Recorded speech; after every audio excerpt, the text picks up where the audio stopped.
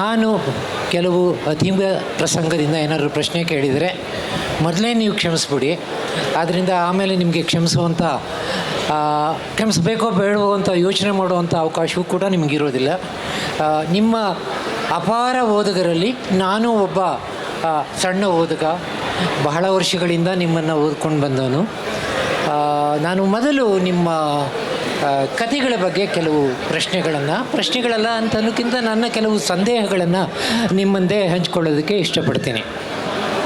ನಾನು ಮೊದಲು ನಿಮ್ಮ ಕಥೆಯನ್ನು ಓದಿದ್ದು ಮೂಸಾ ಮೈಲಿಯಾರರ ಮುದ್ದಿನ ಮಗಳು ಮತ್ತು ಹೆಲಿಪೆಕ್ಟರ್ ಎಂಬ ದುಷ್ಟಜಂತುವು ಅಂತ. ಈ ಕತೆ ನಾನು ಆವಾಗ ನೀವು ಯಾರು ಅಂತ ನನಗೆ ಗೊತ್ತಿರಲಿಲ್ಲ. ನಿಮ್ಮ ಹಿಂದಿನ ಯಾವ ಒಂದು ಬರಹವನ್ನು ನಾನು ಓದಿರಲಿಲ್ಲ. ಆದರೆ ಈ ಕತೆ ನನ್ನನ್ನು ಎಷ್ಟು ಮಟ್ಟಿಗೆ ಆಕರ್ಷಿಸಿತು ಅಂತಂದರೆ, ಆಮೇಲೆ ನೀವು ಯಾರು ಎಲ್ಲಿ ಅಂತ ನಾನು ಹುಡುಕೊಂಡು ಓದಿದ್ದು ನಿಜ. ಅಷ್ಟು ತೀವ್ರವಾಗಿ ನನ್ನನ್ನು ಆವರಿಸಿಕೊಂಡಂಥ ಕತೆ ಇದು ಅಂತ. ಯಾಕೆ ಅಂತಂತಂದರೆ, ಅದನ್ನು ಓದಿ ಒಂಥರ ಕುಣಿದಾಡಬೇಕು ಅಂತ ನನಗನ್ನಿಸ್ತು. ಇದಕ್ಕೆ ಕಾರಣ ಏನು ಅಂತಂದರೆ, ಬಹುಶಃ ನಮ್ಮ ಸಾಹಿತ್ಯದಲ್ಲಿ ಇಂಥ ವಾತಾವರಣ ಇಲ್ಲ ಅಂತ ನಾನು ತಿಳ್ಕೊಂಡಿದ್ದೀನಿ. ಯಾಕೆಂದರೆ ಒಂದು ಪ್ರಸಂಗ ನಂಗೆ ನೆನಪಾಗುತ್ತೆ. ಅಲೆಕ್ಸಾಂಡರ್ ಸೋಲ್ಜನಿಟ್ಸನ್ ಅಂತ ರಷ್ಯನ್ ಲೇಖಕ, ಅವನು ನೊಬೆಲ್ ಪ್ರೈಸ್ ವಿನ್ನರ್ ಕೂಡ. ಅವನು ಸ್ಟಾಲಿನ್ ಕಾಲದಲ್ಲಿ ಲೇಬರ್ ಕ್ಯಾಂಪಿಗೆ ಹಾಕ್ಬಿಟ್ಟಿದ್ರು. ಅವನು ಕೊನೆಗೊಂದು ಕಾದಂಬರಿ ಬರೆದ ಲೇಬರ್ ಕ್ಯಾಂಪಿಂದ ಹೊರಗೆ ಬಂದ ಮೇಲೆ, one day in the life of Ivan Denisovich ಅಂತ. ಅದನ್ನು ಆ ಕಾಲದಲ್ಲಿ ನೋವಿರ್ ಮಿರ್ ಅಂತ ಒಂದು ಪತ್ರಿಕೆ ಬರ್ತಾಯಿತ್ತು. ಸಂಪಾದಕ ಅಲೆಕ್ಸಾಂಡರ್ ತ್ವಾರ್ದೋಸ್ಕಿ ಅಂತ. ಅವನು 2 ಪುಟ ಓದಿದ ಮೇಲೆ ಅವನಿಗೆ ಅನ್ನಿಸ್ತಂತೆ, ಈ ಕಾದಂಬರಿಯನ್ನು ಹೀಗಲ್ಲ ಓದೋದು ಅಂಥೇಳಿ ಮನೆಗೆ ಹೋಗಿ ಅವನು ಅತ್ಯುತ್ತಮವಾದ ಒಂದು ಸೂಟನ್ನು ಧರಿಸಿ, ಅತ್ಯುತ್ತಮವಾದ ಒಂದು ಶೂಗಳನ್ನು ತೊಟ್ಟು, ಆಮೇಲೆ ಅವನು ಸಿಗರೇಟ್ ಸೇದ್ತಾ ಇದ್ದಂತೆ. ಎಷ್ಟು ಕೈ ಚಾಚಿದರೆ ಅಲ್ಲಿ ಸಿಗರೇಟ್ ಸಿಗಬೇಕು ಅಷ್ಟು ಅಂತರದಲ್ಲಿ ಸಿಗರೇಟ್ ಇಟ್ಕೊಂಡು ಅವನು ಆ ಕಾದಂಬರಿಯನ್ನು ಒಂದೇ ಸಿಟ್ಟಿಂಗ್ನಲ್ಲಿ ಓದಿ ಮುಗಿಸಿ ಅದನ್ನು ಪ್ರಕಟ ಮಾಡ್ದ. ಆಮೇಲೆ ಅವನಿಗೆ ನೊಬೆಲ್ ಪ್ರೈಸ್ ಬಂತು, ಅದೇ ಬೇರೆ ವಿಷಯ.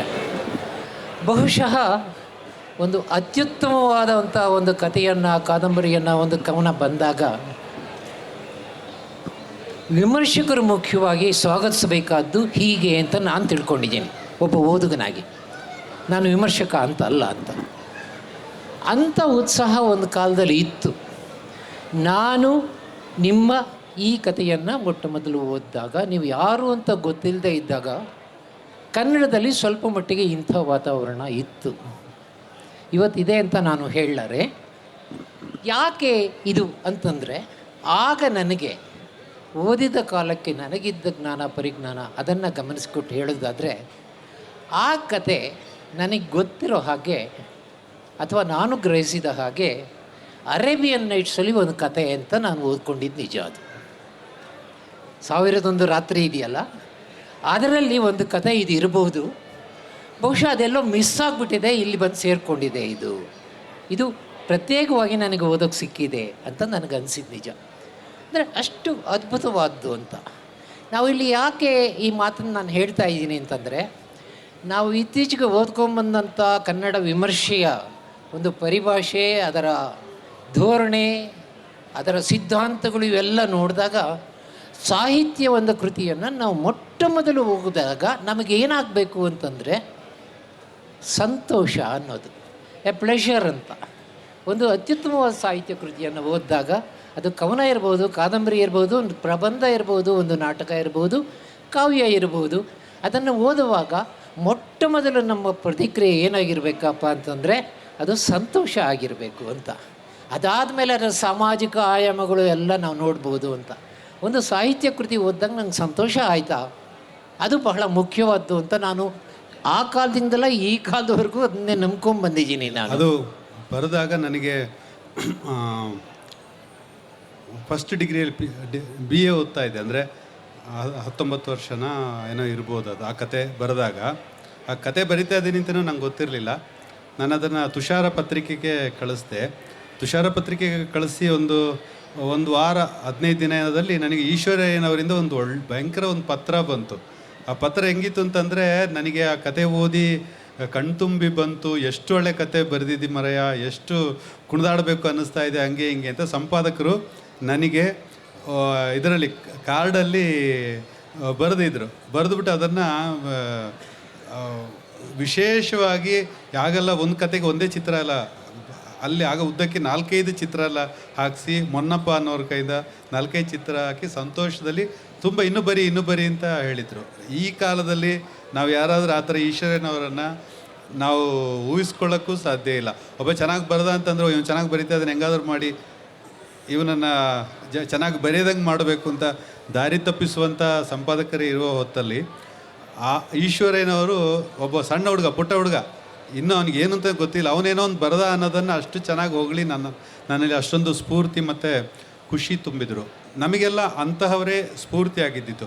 ಈಗ ನಮ್ಮ ಮಗ ನನ್ನನ್ನು ಯಾವಾಗಲೂ ಉಲ್ಟಾ ಸಾಬಿ ಅಂತಲೇ ಕರೀತಾನೆ. ಯಾಕೆಂದರೆ ನಾನು ಎಡಕ್ಕೆ ಹೋಗ್ಬೇಕಾದ್ರೆ ಬಲಕ್ಕೆ ಹೋಗ್ತಾ ಇರ್ತೀನಿ, ಯಾರೋ ಡೈರೆಕ್ಷನ್ ತೋರಿಸುವಾಗ ಲೆಫ್ಟಿಗೆ ಹೋಗಿ ಅಂತ ಹೇಳೋದ್ರ ಬದಲು ರೈಟಿಗೆ ಹೋಗಿ ಅಂತ ಸ್ವಲ್ಪ ಪ್ರಾಬ್ಲಮ್ ಇದೆ. ಅದಕ್ಕೆ ನನ್ನ ಮಗ ನನ್ನನ್ನು ಉಲ್ಟಾ ಸಾಬಿ ಅಂತಲೇ ಕರೀತಾನೆ. ಅದು ನಿಜ. ಈಗಲೂ ಕೂಡ ಇಲ್ಲೂ ಕೂಡ ಉಲ್ಟಾ ಆಗ್ತಾ ಇದೆ. ನಾನು ಅವರನ್ನು ದಿವಾಕರ್ ಅವ್ರನ್ನ ಸಂದರ್ಶನ ಮಾಡಬೇಕಿತ್ತು, ಅದರ ಬದಲು ಅವರು ನನ್ನನ್ನು ಸಂದರ್ಶನ ಮಾಡ್ತಾಯಿದ್ದಾರೆ. ಯಾಕೆಂದರೆ ನಾವು ದಿವಾಕರ್ ಅವರನ್ನು ಅವರ ಕತೆಗಳನ್ನು ಓದಿರದಿದ್ದರೆ, ಅವರು ಪ್ರಪಂಚದ ಅತ್ಯುತ್ತಮ ಕತೆಗಳನ್ನು ಕನ್ನಡಕ್ಕೆ ತಂದಿರೋದನ್ನು ನಾವೇನಾದರೂ ಓದಿರದಿದ್ದರೆ, ಕನ್ನಡ MA ಕ್ಲಾಸಲ್ಲಿ ಏನಾದರೂ ಮುಳುಗೋಗ್ಬಿಟ್ಟಿದ್ರೆ ಇವತ್ತು ಹಳೆಯ ಕನ್ನಡದ ರಗಳೆಗಳಲ್ಲೇ ಅಲ್ಲೇ ಬದುಕ್ತಾ ಇದ್ವು. ಪುಣ್ಯಕ್ಕೆ ದಿವಾಕರ್ ಅಂತವರು, ನಿರಂಜನ್ ಅಂತವರು, ತೇಜಸ್ವಿ ಅಂತವರು, ಅನಂತಮೂರ್ತಿ ಅಂತವರು, ಲಂಕೇಶ್ ಅಂತವರು ನಮಗೆ ಸಿಕ್ಕಿದ್ರಿಂದ ಕನ್ನಡದ ಆ ಒಂಥರ ಜಡ್ಡುಗಟ್ಟಿದ ಕನ್ನಡದ ರಗಳೆಗಳ ಆ ಮಹಾಕಾವ್ಯಗಳ ಆ ಲೋಕದಲ್ಲೇ ನಾವು ಸಿಕ್ಕಾಕೊಳ್ತಿದ್ವಿ. ಆದರೆ ಇಂತಹ ಗುರುಗಳು ನಮಗೆ ಸಿಕ್ಕಿದ್ರಿಂದ, ಕಿರಂ ನಾಗರಾಜ್ ಅಂತಹ ಒಬ್ಬ ಕಾವ್ಯದ ಗುರು ನಮಗೆ ಸಿಕ್ಕಿದ್ರಿಂದ ಪ್ರಪಂಚದ ಅತ್ಯುತ್ತಮವಾದದ್ದು ಏನು ಅನ್ನೋದನ್ನು ಓದೋದನ್ನು ಕೇಳೋದನ್ನು ಕಲ್ತ್ಕೊಂಡು, ಹಾಗಾಗಿ ಸಂದರ್ಶನ ಮೊದಲೇ ನಿಮಗೆ ನಾನು ಶಾಸ್ತ್ರಾಂಗ ವಂದನೆಗಳನ್ನು ಅರ್ಪಿಸ್ತಾ ಇದ್ದೀನಿ. ಅಷ್ಟು ಮಟ್ಟಿಗೆ ನಾನು ಶಿಷ್ಯನಾಗಿ ನಾನು ನಿಮ್ಮನ್ನು ಸ್ವೀಕರಿಸೋದಕ್ಕೆ ಸಿದ್ಧನಿಲ್ಲ. ಯಾಕೆಂದರೆ ನನ್ನ ಜೀವನದ ಒಂದು ಆಸೆ ನಿಜವಾಗ್ಲೂ ಹೇಳಬೇಕು ಅಂತಂದರೆ, ನೀವು ಬರೆದಂಥ ಒಂದು ಕಥೆನ ನನಗೆ ಬರೆಯೋಕ್ಕಾಗಿಲ್ಲ ಆ ಒಂದು ಶಕ್ತಿಯಿಂದ. ಆದ್ದರಿಂದ ಯಾರು ಗುರು ಇಲ್ಲಿ, ಯಾರು ಶಿಷ್ಯ ಅಲ್ಲ. ಯಾಕೆಂದರೆ ನಾನು ನಿಜವಾಗ್ಲೂ ಇದು ವೇದಿಕೆ ಮುಂದೆ ಹೇಳ್ತಾ ಇರೋ ಮಾತಲ್ಲ. ನಾನು ಕೆಲವು ನನ್ನ ಮಟ್ಟಿಗೆ ನನ್ನ ಸಾಧ್ಯತೆಗೆ ಸಕ್ಕಂಥ ಕೆಲವು ಕಥೆಗಳನ್ನು ಬರೆದಿದ್ದೀನಿ ನಿಜ. ಆದರೆ ನನಗೆ ಎಷ್ಟೋ ಸಲ ಬಹಳ ಒಳ್ಳೆಯ ಕಥೆಯನ್ನು ಓದಿದಾಗ, ಅರೆ ಇದು ನಾನು ಬರೆದಿದ್ರೆ ಹೆಂಗೆ ಚೆನ್ನಾಗಾಗುತ್ತೆ, ನಾನು ಬರಿಬೇಕಿತ್ತಲ್ಲ, ಬರೆಯೋಕ್ಕಾಗಲಿಲ್ವಲ್ಲ ಅಂತ ನಿಮ್ಮ ಅನೇಕ ಕಥೆಗಳನ್ನು ಓದಿದಾಗ ನನಗೆ ಈಗ ಒಂದು ಭಾವ ನನ್ನ ಮನಸ್ಸಲ್ಲಿ ಬಂದಿರೋದು ನಿಜ. ಇರಲಿ, ಈಗ ನನಗೆ ಇದೇ ಕಥೆಗೆ ನಾವು ಬರೋಕ್ಕಾದರೆ, ಈ ಕಥೆ ನನಗೆ ಯಾಕೆ ಇಷ್ಟು ವರ್ಷಗಳ ಮೇಲೆ, ಅನೇಕ ದಶಕಗಳ ಮೇಲೆ ಆ ಕಥೆಯನ್ನು, ಮೊದಲು ಓದಿದ ಆ ಕಥೆಯನ್ನು ಇನ್ನೂ ನಾನು ನೆನಪಿಸ್ಕೊಳ್ಳೋದಕ್ಕೆ ಏನು ಕಾರಣ ಅಂತ ನಾನು ಯೋಚನೆ ಮಾಡಿದರೆ, ನನಗನ್ಸುತ್ತೆ ಅದೊಂದೇ ಕತೆ ಅಲ್ಲ, ನಿಮ್ಮ ಎಲ್ಲ ಕಥೆಗಳು ಸೇರಿಸಿದರೂ ಕೂಡ ನಿಮ್ಮ ಕಥೆಗಳಲ್ಲಿ ಒಂದು ಕೇಂದ್ರ ಅಂತ ಇಲ್ಲ ಅಂತ. ಯಾಕೆಂದರೆ ಬೋರ್ಹೆಸ್ ಅಂತ ನನಗೆ ಬಹಳ ಇಷ್ಟವಾದ ಒಬ್ಬ ಅರ್ಜೆಂಟೈನನ್ ಲೇಖಕ ಒಂದು ಮಾತು ಹೇಳ್ತಾನೆ, the centre of the universe is nowhere but it's circumference is everywhere ಅಂತ. ವಿಶ್ವದ ಪರಿಧಿ, ವಿಶ್ವದ ಕೇಂದ್ರ ಎಲ್ಲಿಯೂ ಇಲ್ಲ, ಅದರ ಪರಿಧಿ ಮಾತ್ರ ಎಲ್ಲ ಕಡೆನೂ ಇದೆ ಅಂತ. ನಿಮ್ಮ ಕತೆ ನಾನು ಓದಿದಾಗ ವಿಶ್ವದ ಪರಿಧಿ ಎಲ್ಲ ಕಾಣುತ್ತೆ ಅಂತ. ಯಾಕೆ ಪರಿಧಿ ಕಾಣುತ್ತೆ ಅಂತಂದರೆ, ಅದೇ ಬೋರ್ಹೆಸ್ ಇನ್ನೊಂದು ಮಾತು ಹೇಳ್ತಾನೆ. ನಾನು ಮೊದಲು ನಿಮಗೆ ಏನದು ಅರೇಬಿಯನ್ ನೈಟ್ಸ್ ಬಗ್ಗೆ ಮಾತಾಡಿದೆ. ಅದಕ್ಕೆ ಹೆಸರು ಏನಿದೆ ಅಂತಂತಂದರೆ 1001 ನೈಟ್ಸ್ ಅಂತ. ಯಾಕೆ 1 ನೈಟ್ ಅಂತ ಹೇಳಿದ್ರೆ, ಬೋರ್ಹೆಸ್ ಹೇಳ್ತಾನೆ 1000 ಅನ್ನೋದಿದೆಯಲ್ಲ ಅದು ಇನ್ಫಿನಿಟ್ ನಂಬರ್, ಅದು ಇನ್ಫಿನಿಟ್ ನಂಬರ್. ನಿಮ್ಗೇನೋ ಒಂದ್ಸಲ 1001 ಇದೆಯಲ್ಲ ದಟ್ ಈಸ್ ಸ್ಪೆಸಿಫಿಕ್ ಅಂತ. ಆ ಒನ್ ಎಲ್ಲಿರುತ್ತೆ ಅಂತಂದರೆ ಕಥಾ ಸಾಹಿತ್ಯದಲ್ಲಿ ಪರಿಧಿನೆಲ್ಲ ಇರುತ್ತೆ, ಅದು ಕೇಂದ್ರಕ್ಕೆ ಹೋಗೋದಿಲ್ಲ. ನಿಮ್ಮ ಎಲ್ಲ ಕಥೆಗಳಲ್ಲಿ ಇಡೀ ವಿಶ್ವದ ಒಂದು ಪರಿಧಿ ಇದೆ, ಮಾನವ ವಿಶ್ವದ ಒಂದು ಪರಿಧಿ ಇದೆ, ಅದು ಎಲ್ಲೆಲ್ಲೂ ಇದೆ ಅಂತ. ಅದು ಹೇಗಿದೆ ಅಂತಂದರೆ, ಎಗೇನ್ ನಾನೊಂದು ಪೇಂಟಿಂಗ್ ಬಗ್ಗೆ, ನೀವು ಯಾವುದೇ ಒಂದು ಬಹಳ ಪ್ರಖ್ಯಾತವಾದ ಗರ್ನಿಕಾ ಪೇಂಟಿಂಗ್ ಪಿಕಾಸೋದು ನೀವು ನೋಡ್ಬೋದು ಅದನ್ನು. ಆ ಗರ್ನಿಕಾ ಪೇಂಟಿಂಗ್ ನೋಡಿದ್ರೆ ಅದು ಎಲ್ಲೋ ಒಂದು ಕೇಂದ್ರ ಇದೆ, ಇಲ್ಲಿಂದ ನಾನು ನೋಡಬೇಕು ಅಂತ ಇಲ್ಲ. ಆ ಪೇಂಟಿಂಗ್ ನೋಡಿದ್ರೆ ಇಡೀ ಚಿತ್ರವನ್ನು ನೀವು ಒಂದೇ ಸಲ ನೋಡಬೇಕಾಗತ್ತೆ. ಅದರ ಆಂಶಿಕವಾಗಿ ನೀವು ನೋಡೋಕ್ಕಾಗೋದಿಲ್ಲ. ನೀವು ಗಣೇಶಂದೋ ಲಕ್ಷ್ಮೀನೋ ನೋಡಬೇಕಾದ್ರೆ ಅದಕ್ಕೆ ಬೇರೆ ಕಾರಣಗಳಿದೆ. ಎಲ್ಲಿಂದ ಶುರು ಬೇಕು ಆ ಪೇಂಟಿಂಗು ಅಂತಂದರೆ ತಲೆಯಿಂದ ಶುರು ಮಾಡಬೇಕಾ ಅಥವಾ ಕಾಲಿಂದ ನೋಡಬೇಕಾ ಅಂತ. ಗರ್ನಿಕಾ ಅಂತ ಒಂದು ಪೇಂಟಿಂಗ್ ನೋಡಿದ್ರೆ ಪ್ರತಿಯೊಂದು ವಿವರವೂ ಕೂಡ ಕೇಂದ್ರದಷ್ಟೇ ಬಹಳ ಮುಖ್ಯ ಆಗತ್ತೆ ಅಂತ. ಅದಕ್ಕೆ ನಿಮ್ಮ ಈ ಕಥೆಗಳಲ್ಲಿ ಅದರಲ್ಲಿ ಮುಖ್ಯವಾಗಿ ನಾನು ಮೊದಲು ಹೇಳಿದಂಥ ಒಂದು ಕತೆ ನೋಡಿದ್ರೂ ಕೂಡ ಅದು ವಿವರಗಳು ಏನು ಹೇಳುತ್ತೆ ಆ ಕತೆ ಬಗ್ಗೆ ಅಂತ ಇಷ್ಟು ವರ್ಷ ನಾನು ಯೋಚನೆ ಮಾಡಿದರೆ ನನಗನ್ಸುತ್ತೆ ಆ ಕಥೆಯಲ್ಲಿ ಏನಿದೆ ಅಂತಂದರೆ ಒಂದು ಮುಗ್ಧತೆ ಇದೆ, ಒಂದು ನಿರೀಕ್ಷೆ ಇದೆ, ಇನ್ನೊಂದು ಏಕಾಂಗಿತನ ಬೇರೆ ಇದೆ, ಆಮೇಲೆ ಜೊತೆಗೆ ಒಂದು ಮೆಲಾಂಕಲಿ ಅಂತ ಅದೊಂದು ವಿಷಣ್ಣತೆ ಕೂಡ ಇದೆ. ಇವಿಷ್ಟು ಭಾವಗಳು ಅಲ್ಲಿನ ವಿವರಗಳ ಜೊತೆ ಒಟ್ಟೊಟ್ಟಾಗಿ ಬರುತ್ತೆ. ಅದು ಒಟ್ಟೊಟ್ಟಾಗಿ ಬರೋದ್ರಿಂದ ನಮಗೊಂದು ಜೀವನದ ಅಥವಾ ಎ ಸ್ಲೈಸ್ ಆಫ್ ಲೈಫ್ ಅಂತ ನಾವು ಏನು ಕರಿತೀವಿ ಅದರ ಒಂದು ಸಮಗ್ರ ಚಿತ್ರವನ್ನು ಒಂದೇ ಕಥೆಯಲ್ಲಿ ನೀವು ಕೊಡ್ತೀರಾ ಅಂತ. ಬಹುಶಃ ಇದೇ ಕಾರಣದಿಂದಲೇ ನಿಮ್ಮ ಬಗ್ಗೆ ಬರೀಲಿಕ್ಕೆ ವಿಮರ್ಶಕರು ಹಿಂದೇಟಾಗ್ತಾರೆ ಅಂತ ನಾನು ಅಂದ್ಕೊಂಡಿದ್ದೀನಿ. ಇನ್ನೊಂದು ಕಾರಣ ಅಂತಂದರೆ ನಾವು ವಿಮರ್ಶಕರನ್ನ ಸಿಕ್ಕಾಪಟ್ಟೆ ಕ್ಲಾಸ್ ತಗೋತಾ ಇರ್ತೀವಿ. ಹಾಗಾಗಿ ಇವನನ್ನು ಮುಗಿಸ್ಬಿಡ್ಬೇಕು, ಕನ್ನಡ ಸಾಹಿತ್ಯದಲ್ಲಿ ಇಲ್ಲದಂಗೆ ಮಾಡಿಬಿಡ್ಬೇಕು ಅಂತೇಳಿ ವಿಮರ್ಶಕರೆಲ್ಲ ತೀರ್ಮಾನ ಮಾಡಿರ್ತಾರೆ. ಯಾಕೆಂದರೆ ಅವ್ರದ್ದು ನಾವು ಕಾಲೆಳಿತಾ ಇರ್ತೀವಿ ವಿಮರ್ಶಕರನ್ನು. ಆದರೆ ಒಂದು ದಿವಾಕರ್ ಅವರಿಗೆ ನಾವು ನನ್ನ ಬರಹ ಅಥವಾ ನಿಮ್ಮ ಬರಹ ಅಥವಾ ಯಾವುದೋ ಒಬ್ಬ ಲೇಖಕನ ಬರಹ ಅದರ ಬಗ್ಗೆ ಜಾಸ್ತಿ ಚರ್ಚೆ ಮಾಡಿ ದೊಡ್ಡ ಪ್ರಯೋಜನ ಏನೂ ಇಲ್ಲ. ಏಕೆಂದರೆ ನನಗನ್ನಿಸೋದು ನಾನು ಒಬ್ಬ ಲೇಖಕ ಅಂತ ಏನಾದರೂ ನಾನು ತಿಳ್ಕೊಂಡಿದ್ರೆ ಅದು ನನ್ನ ದೊಡ್ಡ ಭ್ರಮೆ. ನಾನೊಬ್ಬ ಜನಪ್ರಿಯ ಲೇಖಕ, ನನ್ನ 1000 ಜನ ಓದ್ತಾರೆ, 100 ಜನ ಓದ್ತಾರೆ ಅಂತ ಏನಾದ್ರು ನಾವು ತಿಳ್ಕೊಂಡು ಲೇಖಕನ ಪೋಸ್ ಇಟ್ಕೊಂಡು ನಾವೇನಾದರೂ ಓಡಾಡಲಿಕ್ಕೆ, ಬದುಕಲಿಕ್ಕೆ, ಊಟ ಮಾಡಲಿಕ್ಕೆ, ಕಾಫಿ ಕುಡಿಲಿಕ್ಕೆ ಏನಾದರೂ ಆ ಶೈಲಿಯಲ್ಲಿ ಕೂತ್ರೆ ಅದು ನಮ್ಮ ಭ್ರಮೆ, ಅದಲ್ಲ.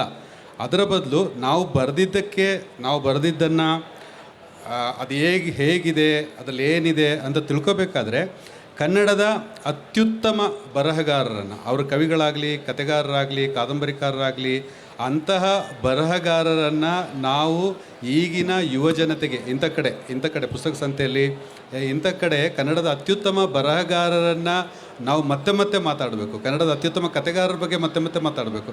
ಕಥೆಗಳ ಬಗ್ಗೆ ಅತ್ಯುತ್ತಮ ಯಾರು, ಮಾಸ್ತಿಯವರಿಂದ ಹಿಡಿದು ಪಂಜೆಯವರಿಂದ ಹಿಡಿದು ಅಥವಾ ಅದಕ್ಕೂ ಹಿಂದೆ ಪಂಪ ಕುಮಾರವ್ಯಾಸ ಅಥವಾ ನಮ್ಮ ಮುದ್ದಣ ಇಂಥವ್ರ ಬಗ್ಗೆ ಎಲ್ಲ ನಾವು ಮತ್ತೆ ನಮ್ಮ ಯುವ ಜನರ ಹತ್ರ ಮಾತಾಡ್ತಾ ಅದನ್ನು ಅವರ ಕೈಯಿಂದ ಓದಿಸಿದ್ರೆ ಮಾತ್ರ ನಾವು ಚೆನ್ನಾಗಿ ಬರೆಯೋದಕ್ಕೆ ಅರ್ಥ ಇದೆ. ನಾವು ಚೆನ್ನಾಗಿ ಬರೀತಿದ್ರೂ ಪರವಾಗಿಲ್ಲ, ನಾವು ಬರೆಯದೇ ಇದ್ದರೂ ಪರವಾಗಿಲ್ಲ.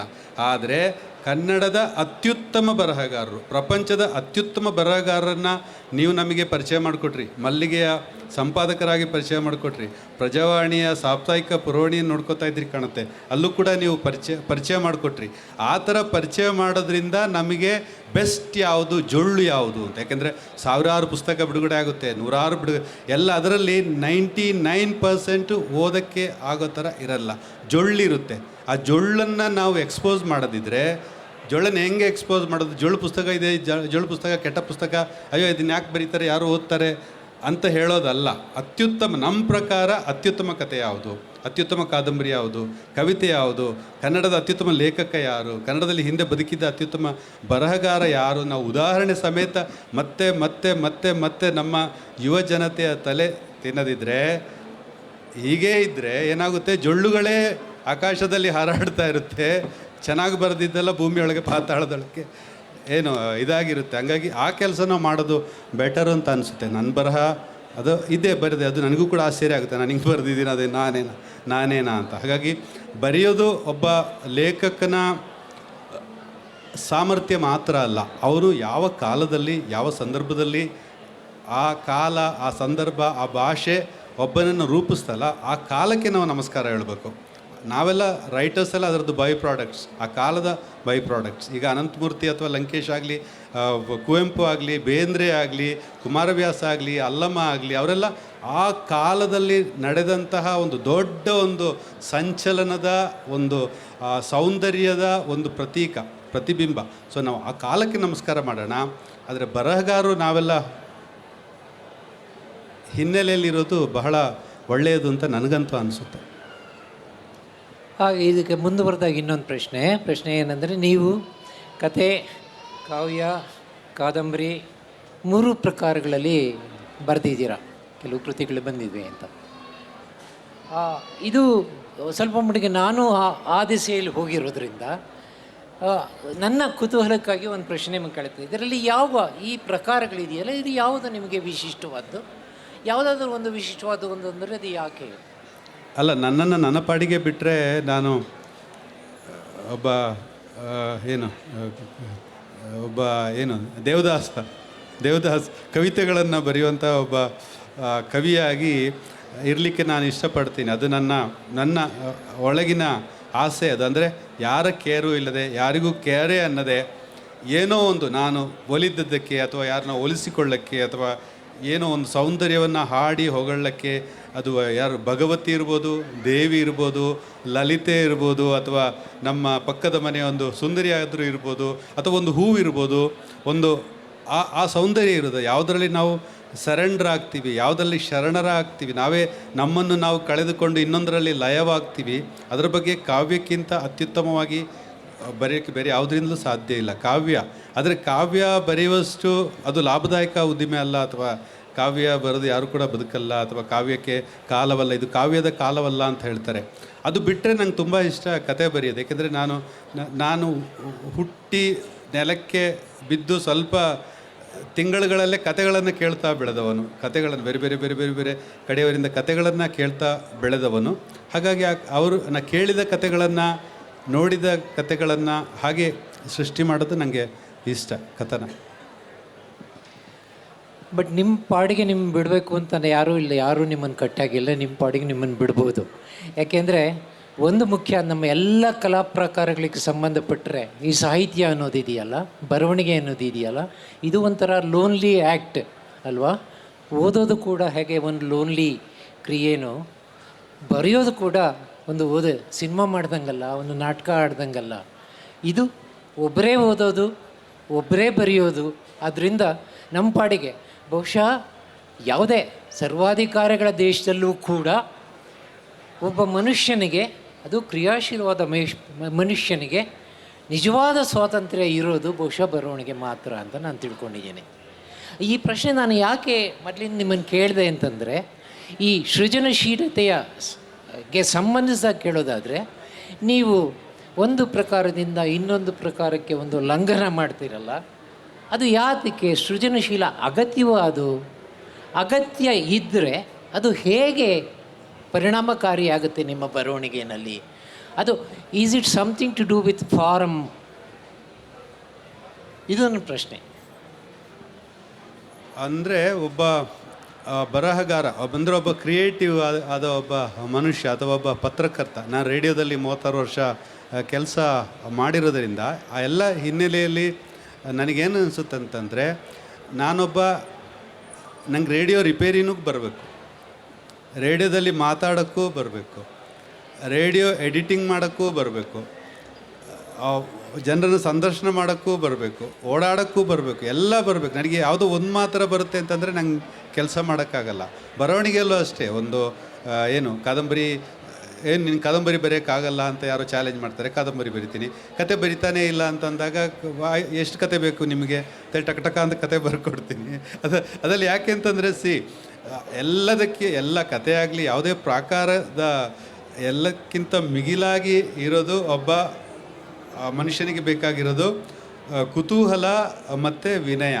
ಕುತೂಹಲ, ಪ್ರಪಂಚದ ಬಗ್ಗೆ ಸಿಕ್ಕಾಬಟ್ಟೆ ಕುತೂಹಲ. ಅಂದರೆ ಏನು ನಡೀತಾ ಇದೆ ಅದರ ಈ ಪ್ಯಾಪರಾಜಿಗಿರುತ್ತಲ್ಲ, ಎಲ್ಲನ ಚೇಸ್ ಮಾಡಿ ತಿಳ್ಕೊಳ್ಳುವಂಥ ಕುತೂಹಲ ಇರಬೇಕಾಗುತ್ತೆ.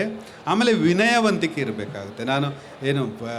ಈಗ ಕೆಲವರೆಲ್ಲ ಈ ಲಕ್ಷದ್ವೀಪಕ್ಕೆ ಚಾರ್ಟರ್ಡ್ ಇದರಲ್ಲಿ ಹೋಗಿ 3 ಐಲ್ಯಾಂಡಲ್ಲಿ ಬರೀ 3 ಐಲ್ಯಾಂಡಲ್ಲಿ 2 ಗಂಟೆ ಇಳಿದು ನನ್ನ ಲಕ್ಷದ್ವೀಪ ಯಾನ ಅಂತ ಹೇಳಿ 200 ಪುಸ್ತಕ ಬರೆದು ಹಾಕ್ತಾರೆ. ಅಥವಾ ಅಂಡಮಾನಿಗೆ ಚಾರ್ಟರ್ಡ್ ಇದರಲ್ಲಿ ಹೋಗ್ಬಿಟ್ಟು ಅಲ್ಲಿ ಎಲ್ಲೋ 4-5 ಜನರು ಮಾತಾಡ್ಬಿಟ್ಟು ಅಂಡಮಾನ್ ಯಾತ್ರೆ, ಮಹಾಯಾತ್ರೆ ಅಂತೇಳಿ ಪುಸ್ತಕ ಬರೀತಾರೆ. ಅದಲ್ಲ ಅಂದರೆ ನಮಗೆ ನಾವು ಬರೆಯುವ ಸಬ್ಜೆಕ್ಟ್ ಬಗ್ಗೆ, ಅದರ ಬಗ್ಗೆ ಕುತೂಹಲ ಇರಬೇಕು, ಗೌರವ ಇರಬೇಕು. ಅದರೊಂದು ಬಗ್ಗೆ ಬರಿಬೇಕಾದ್ರೆ ಅಲ್ಲಿ ನೀವು ಕನಿಷ್ಠ ಒಂದು ನಿಮ್ಮ ಜೀವಮಾನದ ಒಂದು ಸಣ್ಣ ಅವಧಿಯನ್ನು ಕಳೆಯದೆ ಹೀಗೆ ಹೋಗಿ ಬಂದು ಒಂದು ಬರಿತೀವಲ್ಲ, ಅದು ಸರಿಯಲ್ಲ ಅಂತ ನಂಗೆ ಅನಿಸುತ್ತೆ. ಹಾಗಾಗಿ ಎಲ್ಲವನ್ನು ತಿಳ್ಕೊಬೇಕಾಗುತ್ತೆ.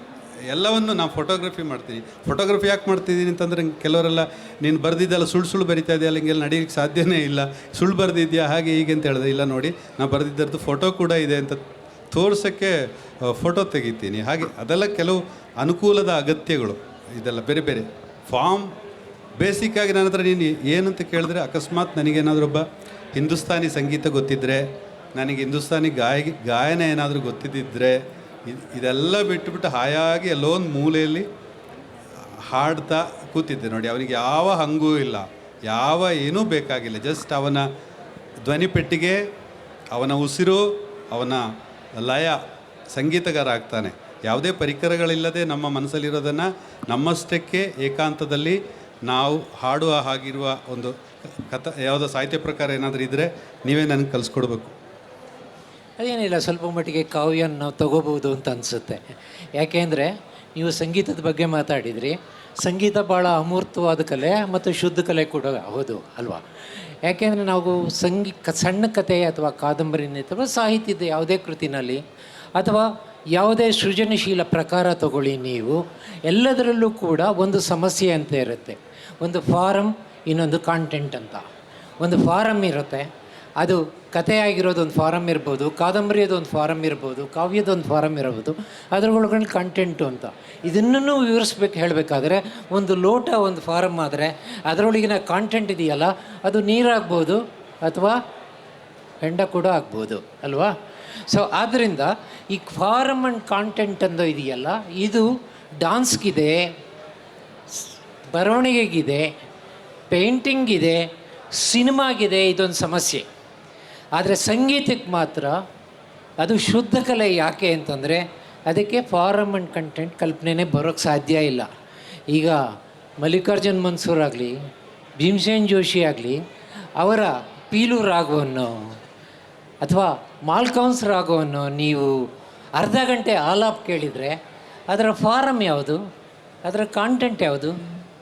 ಎರಡೂ ಒಂದೇ. ಅದು ತಂಬೂರಿಯ ಶ್ರುತಿ ಇದ್ದಾಗೆ. ತಂಬೂರಿಗೆ ಬಿಗಿನಿಂಗ್ ಯಾವುದು, ಕೊನೆ ಯಾವುದು ಗೊತ್ತಿಲ್ಲ. ಯಾವಾಗ ತಂಬೂರಿ ಹಾಕೊಂಡು ಶುರು ಮಾಡ್ತಾನೆ ಅದೇ ಬಿಗಿನಿಂಗ್, ಅದು ಯಾವಾಗ ಅವನು ನಿಲ್ಲಿಸ್ತಾನೆ ಅದು ನಿಲ್ಲಿತು ತಂಬೂರಿ ಅಂತ. ಈ ಸಂಗೀತನೂ ಕೂಡ ಹಾಗೆ.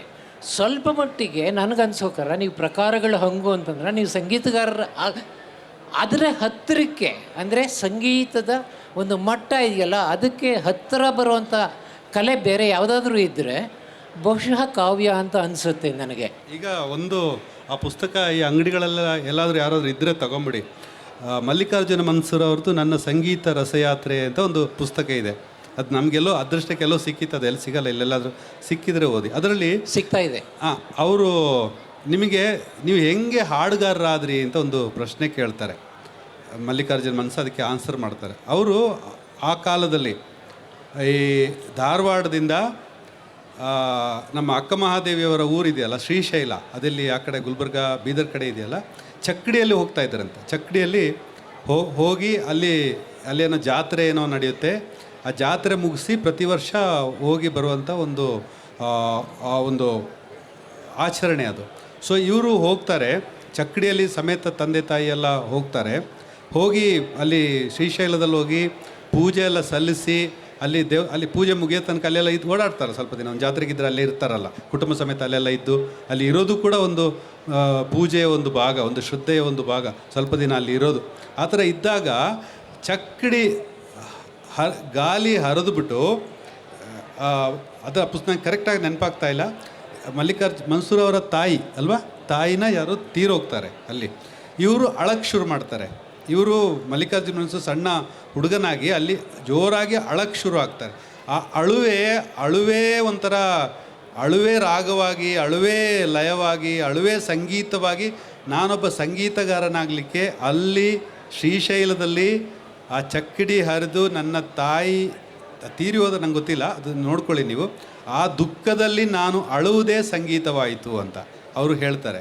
ಸೊ ನನಗನ್ನಿಸೋದು ಎಲ್ಲ ಕ್ರಿಯೇಟಿವಿಟಿ, ಈಗ ಒಬ್ಬ ಲೇಖಕ ನಾನಾಗಲಿ ನೀವಾಗಲಿ ಏನೋ ಒಂದು ಒಂದು ತುಂಬಲಾರದ ನಷ್ಟ ನಮಗೆ ಸಂಭವಿಸಿರುತ್ತೆ. ಒಂದು ತುಂಬಲಾರದ ಒಂದು ನಷ್ಟ, ಒಂದು ವ್ಯಾಕ್ಯೂಮ್ ಅಂತ, ಒಂದು ನಿರ್ವಾತ. ಆ ನಿರ್ವಾತವನ್ನು ತುಂಬಿಸ್ಕೊಳ್ಳೋಕ್ಕೆ ಪ್ರತಿಯೊಬ್ಬರೂ ನಾವು ಪ್ರಯತ್ನ ಪಡ್ತಾನೇ ಇರ್ತೀವಿ, ಆ ನಿರ್ವಾತ. ಸೊ ಅದು ಬರವಣಿಗೆ ಆಗಲಿ, ಹಾಡುಗಾರಿಕೆ ಆಗಲಿ, ಚಿತ್ರ ಆಗಲಿ, ನೃತ್ಯ ಆಗಲಿ, ಏನಾದರೂ, ಅಥವಾ ಬದುಕಾಗಲಿ, ಕೃಷಿ ಆಗಲಿ, ಮೀನುಗಾರಿಕೆ ಆಗಲಿ, ಏನಾದರೂ ಅದು ಆ ನಿರ್ವಾತವನ್ನು ತುಂಬುವಂತಹ ಒಂದು ಕೆಲಸ. ಹಾಗಾಗಿ ಬೇಸಿಕಲಿ ಎಲ್ಲರೂ ಕೂಡ ನಾವೆಲ್ಲರೂ ಏನೋ ಒಂದು ಇಲ್ಲದೆ ಏನೋ ಒಂದನ್ನು ತುಂಬಿಸ್ಕೊಳ್ಳೋಕ್ಕೆ ಪ್ರಯತ್ನ ಪಡ್ತಾ ಇರ್ತೀವಿ. ಅದು ನಮ್ಮ ಬರವಣಿಗೆಯಲ್ಲಿ ಬರುತ್ತೆ ಅಂತ ನನಗನ್ಸುತ್ತೆ. ನಾನು ನಿಮ್ಮ ಪ್ರಶ್ನೆಗೆ ಸರಿಯಾಗಿ ಉತ್ತರ ಕೊಡ್ತಾ ಇಲ್ಲ, ಸಾರಿ. ಎಲ್ಲ ನೀವು ಕೊಟ್ಟ ಎಲ್ಲ ಉತ್ತರವೂ ಕರೆಕ್ಟು, ಅದರಲ್ಲೇನು ಸಂಶಯವೇ ಇಲ್ಲ. ಯಾಕೆಂದರೆ ನಾನು ಕೇಳಿದ ಪ್ರಶ್ನೆಗೆ ಪೂರಕವಾಗಿ ಇನ್ನೊಂದು ಪ್ರಶ್ನೆಯೂ ನಿಮಗೆ ಗೊತ್ತಿಲ್ಲದಾಗೆ ನನಗೆ ಹಾಕ್ತಾ ಇದ್ದೀರಾ ನೀವು. ಹಾಗಾಗಿ ಸರಿ ಇದೆ. ನಮ್ಮ ಗುರುಗಳಿಗೆ ತಿರುಮಂತ್ರ ಆಯಿತು, ತಿರುಮಂತ್ರ ಕೊಡಬೇಕು, ಇಲ್ಲದ್ರೆ ಗುರು ಆಗೋದು ಹೇಗೆ ಅಂತ ಗುರುವನ್ನು ಮಾತಾಡಿಸ್ತಾ ಇದ್ದೀರಲ್ಲ ನೀವು. ಈಗ ನೆಕ್ಸ್ಟು ಅದಕ್ಕೆ ಪೂರಕವಾಗಿ ಇನ್ನೊಂದು ಅಂತ, ನಾನು ಮೊದಲು ಓದಿದ ಕತೆ ಅಂತ ನಾನು ಹೇಳಿದೆ. ಆಮೇಲೆ ಆ ಕಥೆಯನ್ನು ಮತ್ತೆ ಇನ್ನೊಂದು ಸಲ ನಾನು ಓದಿದ್ದು ನಿಮ್ಮ ಮೊದಲ ಸಂಕಲನದಲ್ಲಿ, ಹಾಲು ಕುಡಿದ ಹುಡುಗ, ಅದರಲ್ಲೇ ಆ ಕಥೆ ಇದೆ ಅಂತ ಅಂದ್ಕೊಂಡು. ಯಾರೋ ಅದನ್ನು ಹಲ್ಲು ಮುರಿದ ಹುಡುಗ ಅಂತ ಇಂಟ್ರೊಡ್ಯೂಸ್ ಮಾಡಿದ್ರಿ. ಆ ಹಾಲು ಕುಡಿದ ಹುಡುಗ ಈಗ ಬರೆಯೋದಾದ್ರೆ ಹಂಗೆ ಬರಿಬೋದು, ಹಲ್ಲು ಮುರಿದ ಹುಡುಗ ಅಂತ. ಆ ಸಂಕಲನ ಬಂದಾಗ ಬಹುಶಃ ವಿಮರ್ಶಕರ ಅಥವಾ ಓದುಗರ ಪ್ರತಿಕ್ರಿಯೆ ಹೇಗಿತ್ತು ನಿಮಗೆ ಅಂತ? ಯಾಕೆಂದರೆ ಅದು ನಿಮ್ಮ ಮೊದಲ ಕಥಾ ಸಂಕಲನ ಅಲ್ಲ, ಎರಡನೇ ಕತೆ ಅದು. ಅದಕ್ಕೆ ಪ್ರಜಾವಾಣಿ ಕಥಾ ಸ್ಪರ್ಧೆಯಲ್ಲಿ ಮೊದಲ ಬಹುಮಾನ ಸಿಕ್ಕಿತ್ತು. ನಾನು ವಿದ್ಯಾರ್ಥಿಯಾಗಿದ್ದಾಗ ವಿದ್ಯಾರ್ಥಿ ವಿಭಾಗಕ್ಕೆ ಕಳಿಸಿರುವ ಕತೆ, ಅದನ್ನು ಸಬ್ ಎಡಿಟರ್ ಓದ್ಬಿಟ್ಟು ತುಂಬ ಪೋಲಿ ಕತೆ, ಇದನ್ನೆಲ್ಲ ಪ್ರಕಟ ಮಾಡೋಕ್ಕಾಗಲ್ಲ ಅಂತೇಳಿ ಕಸ್ದ ಬುಟ್ಟಿಗೆ ಬಿಸಾಕಿದ್ರಂತೆ. ಆಗ ರಂಗನಾಥ ರಾವ್ ಅವರು ಎಡಿಟ್ರ್ ಇದ್ದರು. ಅವರು ಇಲ್ಲ, ಒಂದು ಕತೆ ಇದರಲ್ಲಿ ಇಲ್ಲೆಲ್ಲ ಕಾಣಿಸ್ತಾ ಇಲ್ಲ, ತರಿಸಿ ಕಸದ ಬುಟ್ಟಿಯಿಂದ ತೆಗೆದು ಆಮೇಲೆ ಅದಕ್ಕೆ ಓದಿ ಆಮೇಲೆ ಅದಕ್ಕೆ ಫಸ್ಟ್ ಪ್ರೈಸ್ ಕೊಟ್ಟರು. ಆದರೆ ತುಂಬ ಮಂದಿ ನನ್ನ ಕತೆಗೆ ಹಿಂಗೆ ಮಾಡಿದ್ರು ಅಂತ ಇದೇ ಇನ್ಸಿಡೆಂಟ್ ಹೇಳ್ತಾ ಇರ್ತಾರೆ. ಅದೇ ನಂದು ಒರಿಜಿನಲ್ ಕತೆ, ಫೇಕ್ ಅಲ್ಲ. ತುಂಬ ಜನ ಫೇಕ್ ನನ್ನ ಕತೆಗೆ ಹಿಂಗೆ ಆಗಿತ್ತು, ನನ್ನ ಕತೆಗೆ ಹಿಂಗೆ ಹಾಗೆ ಸಾಕ್ಷ್ಯ ಬೇಕಿದ್ರೆ ನೀವು ಮಹಾದೇವ ಅವ್ರದ್ದು ದೇವನೂರು ಮಹಾದೇವ ಅವ್ರು ಓದಿದ್ರೆ ಅಲ್ಲಿ ಇರುತ್ತೆ ಈ ಪ್ರಸಂಗ, ಅವ್ರು ಬರೀತಾರೆ, ಸಾಕ್ಷ್ಯ ಇದೆ. ಹಂಗಾಗಿ ಉಳಿದವರು ಹೇಳಿದರೆ ಸುಳ್ಳು, ನಾನು ಹೇಳಿದ್ದು ಮಾತ್ರ ನಿಜ. ನನ್ನ ಕಥೆನೇ ಕಸದ ಬುಟ್ಟಿಯಿಂದ ಹೊರಗಡೆ ಬಂದು ಮೊದಲ ಬಹುಮಾನ ಪಡೆದ ಕತೆ. ಆ ಕತೆ ಓದಿದಾಗ ಯಾರು ಇದ್ದರು, ಬಸವರಾಜ ಕಲ್ಗುಡಿ, ಆಮೇಲೆ ಇನ್ನೊಬ್ಬರು ಎಚ್.ಎಸ್. ರಾಘವೇಂದ್ರ ಅವರು ತೀರ್ಪುಗಾರರಾಗಿದ್ದರು. ತೀರ್ಪುಗಾರರ ಅನಿಸಿಕೆಯಲ್ಲಿ ಅವ್ರು ಏನು ಬರೆದಿದ್ರು ಅಂತಂದರೆ, ಈ ಕತೆ ಓದ್ತಾ ನಮಗೆ ಶ್ರೀಕೃಷ್ಣ ಭಾಗವತದ ನೆನಪಾಯಿತು, ಶ್ರೀಕೃಷ್ಣನ ಬಾಲ ಲೀಲೆಗಳನ್ನು ಓದಿದಂತಹ ನೆನಪಾಯಿತು ಅಂತ. ನಾನೆಲ್ಲಿ ಶ್ರೀಕೃಷ್ಣ ಭಾಗವತದಲ್ಲಿ ಎಲ್ಲಿ ಹೆಂಗೆ ಬಂತು ಅಂತ. ಆಮೇಲೆ ನಾನು ತಿಳ್ಕೊಂಡೆ, ಏನೋ ನಾನು ನನ್ನ ಹಳೆಯ ಜನ್ಮದಲ್ಲಿ ಏನಾದರೂ ಆಚಾರ್ಯನಾಗಿ ಹುಟ್ಟಿರ್ಬೋದು, ಹಾಗಾಗಿ ನಾನು ಇಲ್ಲಿ ಭಾಗವತ ಎಲ್ಲ ಬಂತು ಅಂತ ಅನ್ನಿಸ್ತು. ಬಹಳ ಒಳ್ಳೆಯ, ತುಂಬ ಸಿಕ್ಕಾಬಿಟ್ಟು. ಈಗಲೂ ಕೂಡ ನನ್ನನ್ನು 60 ವರ್ಷ ಆಗಿ ಹಲ್ಲೆಲ್ಲ ಬಿದ್ದೋಗೋಕ್ಕಾಗಿದೆ, ಈಗಲೂ ಕೂಡ ಹಾಲು ಕುಡಿದ ಹುಡುಗ ಅಂತ ಅದೇ ಕಥೆಯನ್ನು ನೋಡಿ ನೆನಪಿಸ್ತಾರೆ. ನಂಗೆ ಬೇಜಾರಾಗುತ್ತೆ. ಅದಾದಮೇಲೆ ಎಷ್ಟೊಂದು ಬರೆದಿದ್ದೀನಿ, ಯಾರು ಕೇರ್ ಮಾಡ್ತಾ ಇಲ್ವಲ್ಲ ಅಂತ. ಆದರೆ ನಾನು ಅದನ್ನು ಜಾಸ್ತಿ ಹೇಳಲ್ಲ, ಯಾಕೆಂದರೆ ಎಲ್ಲರೂ ಅಂದರೆ 60 ವರ್ಷದಿಂದ ಇವನು ಬೆಳೆದೇ ಇಲ್ಲ ಅಂತ, ಅದಾದಮೇಲೆ ಅಲ್ಲೇ ಇದು ಸ್ಟ್ಯಾಗ್ನೆಂಟ್ ಅಂತ.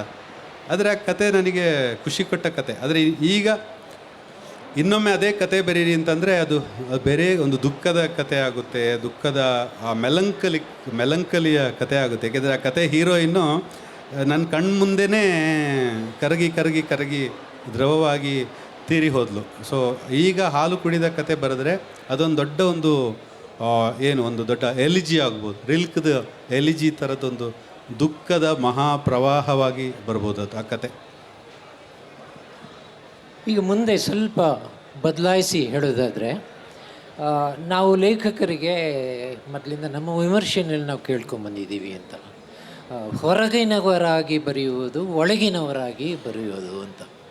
ಇದು ನಮ್ಮ ಧರ್ಮಕ್ಕೆ ಸಂಬಂಧಿಸಿದಂಥ, ನಮ್ಮ ದಿನನಿತ್ಯದ ಅನುಭವಕ್ಕೆ, ಜೀವನಕ್ಕೆ ಸಂಬಂಧಿಸಿದಂಥ ಒಂದು ಪ್ರಶ್ನೆ ಅಂತ ನಾನು ಅಂದ್ಕೊಂಡಿದ್ದೀನಿ ಅಂತ. ಬಹಳಷ್ಟು ಜನ ಲೇಖಕರು, ಭಾಳ ಒಳ್ಳೆ ಲೇಖಕರು ಅಂತ ನಾವೇನು ಕರಿತೀವಿ, ಅವರೆಲ್ಲರೂ ಕೂಡ ಮೊಟ್ಟ ಮೊದಲು ಅವರು ತಮ್ಮ ಅನುಭವವನ್ನು ಹಂಚಿಕೊಳ್ಳೋದು ಬಾಲ್ಯದ ಬಗ್ಗೆ. ಪ್ರತಿಯೊಬ್ಬ ಲೇಖಕನು ಕೂಡ ಸ್ವಲ್ಪ ಮಟ್ಟಿಗೆ ಬಾಲ್ಯದ ಬಗ್ಗೆ ಬರೀತಾರೆ ಅಂತ. ಅಂದರೆ ಭಾಳ ದೊಡ್ಡ, ಅದರಲ್ಲಿ ಎಕ್ಸೆಪ್ಷನ್ಸ್ ಇದ್ದೇ ಇದೆ ಶ್ರೀರಾಮ್, ನೀವು ಒಪ್ಕೋತೀನಿ.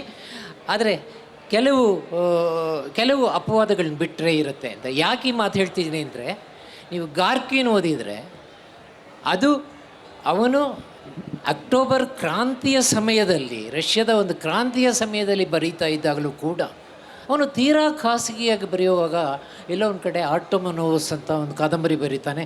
ತೀರಾ ತನ್ನ ಬಾಲ್ಯದ ಬಿಡಿ ಬಿಡಿಯಾದ ಅನುಭವಗಳನ್ನು ದೊಡ್ಡ ಅನುಭವಗಳಾಗಿ ಮಾಡಿ ಅದನ್ನು ಚಿತ್ರಿಸ್ತಾನೆ. ಅದನ್ನು ಅಂದರೆ ತೀರಾ ತುರ್ತಿಂದು ಇವತ್ತಿನ ಬಗ್ಗೆ ತೀರಾ ಸಮಕಾಲೀನಾಗಿ ಬರಿತೀನಿ ಅಂತ ಹೇಳಿದೂ ಕೂಡ ಎಲ್ಲೋ ಬಾಲ್ಯಕ್ಕೆ ಹಿಂದೋಗ್ತಾನೆ ಅಂತ.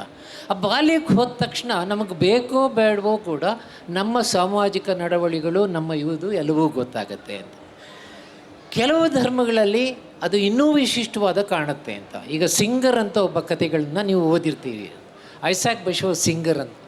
ಅವನು ಒಬ್ಬ ಯದಿಶ್ ರೈಟರು, ಅಮೇರಿಕದಲ್ಲಿದ್ದ. ಅವನು ನೊಬೆಲ್ ಪ್ರೈಸ್ ವಿನ್ನರ್ ಕೂಡ. ಅವನ ಸುಮಾರು 600-700 ಕಥೆಗಳನ್ನ ಬರೆದಿದ್ದಾನೆ, ಅನೇಕ ಕಾದಂಬರಿಗಳು ಬರೆದಿದ್ದಾನೆ. ಅವನ ಇದಿಶ್ ಅಂತಂದರೆ ಜೂಯಿಷ್, ಯಹೂದ್ಯರ ದಿನನಿತ್ಯದ ಆಚರಣೆಗಳ, ಹಬ್ಬಗಳ, ಪಾತ್ರಗಳ ಮತ್ತು ಅವರು ನಂಬುವ ದೇವತೆಗಳ ಒಂದಾದರೂ ವಿವರ ಇಲ್ಲದೆ ಅವನು ಒಂದೇ ಒಂದು ಕಥೆಯೂ ಇಲ್ಲ. ಎಷ್ಟು ಅಂತಂತಂದರೆ 20ನೇ ಶತಮಾನದಲ್ಲಿ ಬರೆದಂಥ ಒಬ್ಬ ಲೇಖಕ, ಅವನ ಇಡೀ ಕಥೆ ಕಾದಂಬರಿಗಳಲ್ಲಿ ಯಹೂದಿಗಳು ಇನ್ನೂ ನಂಬುವ ದೆವ್ವಗಳು ಪಾತ್ರಗಳಾಗಿ ಬರ್ತವೆ ಅಂತ. ಕೊನೆಗೆ ಯಾಕೆ ಅವನು ವಿಶ್ವಮಾನ್ಯವಾದ ಒಬ್ಬ ಲೇಖಕ ಆಗ್ತಾನೆ ಅಂದರೆ, ಅವನು ತನ್ನ ಧರ್ಮಕ್ಕೆ ಅತ್ಯಂತ ನಿಷ್ಠನಾಗಿ, ತನ್ನ ಧರ್ಮದಲ್ಲಿ ಒಂದು ಒಳಗೇನವನಾಗಿ ಅನುಭವಗಳನ್ನು ಬರೀತಾನಲ್ಲ, ಹಾಗೆ ಬರೆಯುವುದರ ಮೂಲಕವೇ ಅವನು ಒಂದು ಸಾರ್ವತ್ರಿಕ ಲೇಖಕ ಆಗ್ತಾನೆ ಅಂತ. ನಿಮ್ಮ ಅನುಭವ ತೀರಾ ವೈಯಕ್ತಿಕವಾದ ಅನುಭವ, ಅದು ಒಂದು ರೀತಿಯ ಅಥೆಂಟಿಕ್ ಆಗಿದ್ದರೆ ಅದು ಸಾರ್ವತ್ರಿಕವೂ ಕೂಡ ಆಗಬಲ್ಲದು ಅನ್ನೋದಕ್ಕೆ ಬಹುಶಃ ಅವನು ಒಂದು ಕಾರಣ ಅಂತ. ನಿಮ್ಮ ಅನೇಕ ಕಥೆಗಳನ್ನು ನಾವು ಒಬ್ಬ ಮುಸ್ಲಿಂ ಕಥೆಗಾರ ಅಂತ ಓದೋಕ್ಕೆ ಸಾಧ್ಯವೇ ಇಲ್ಲ.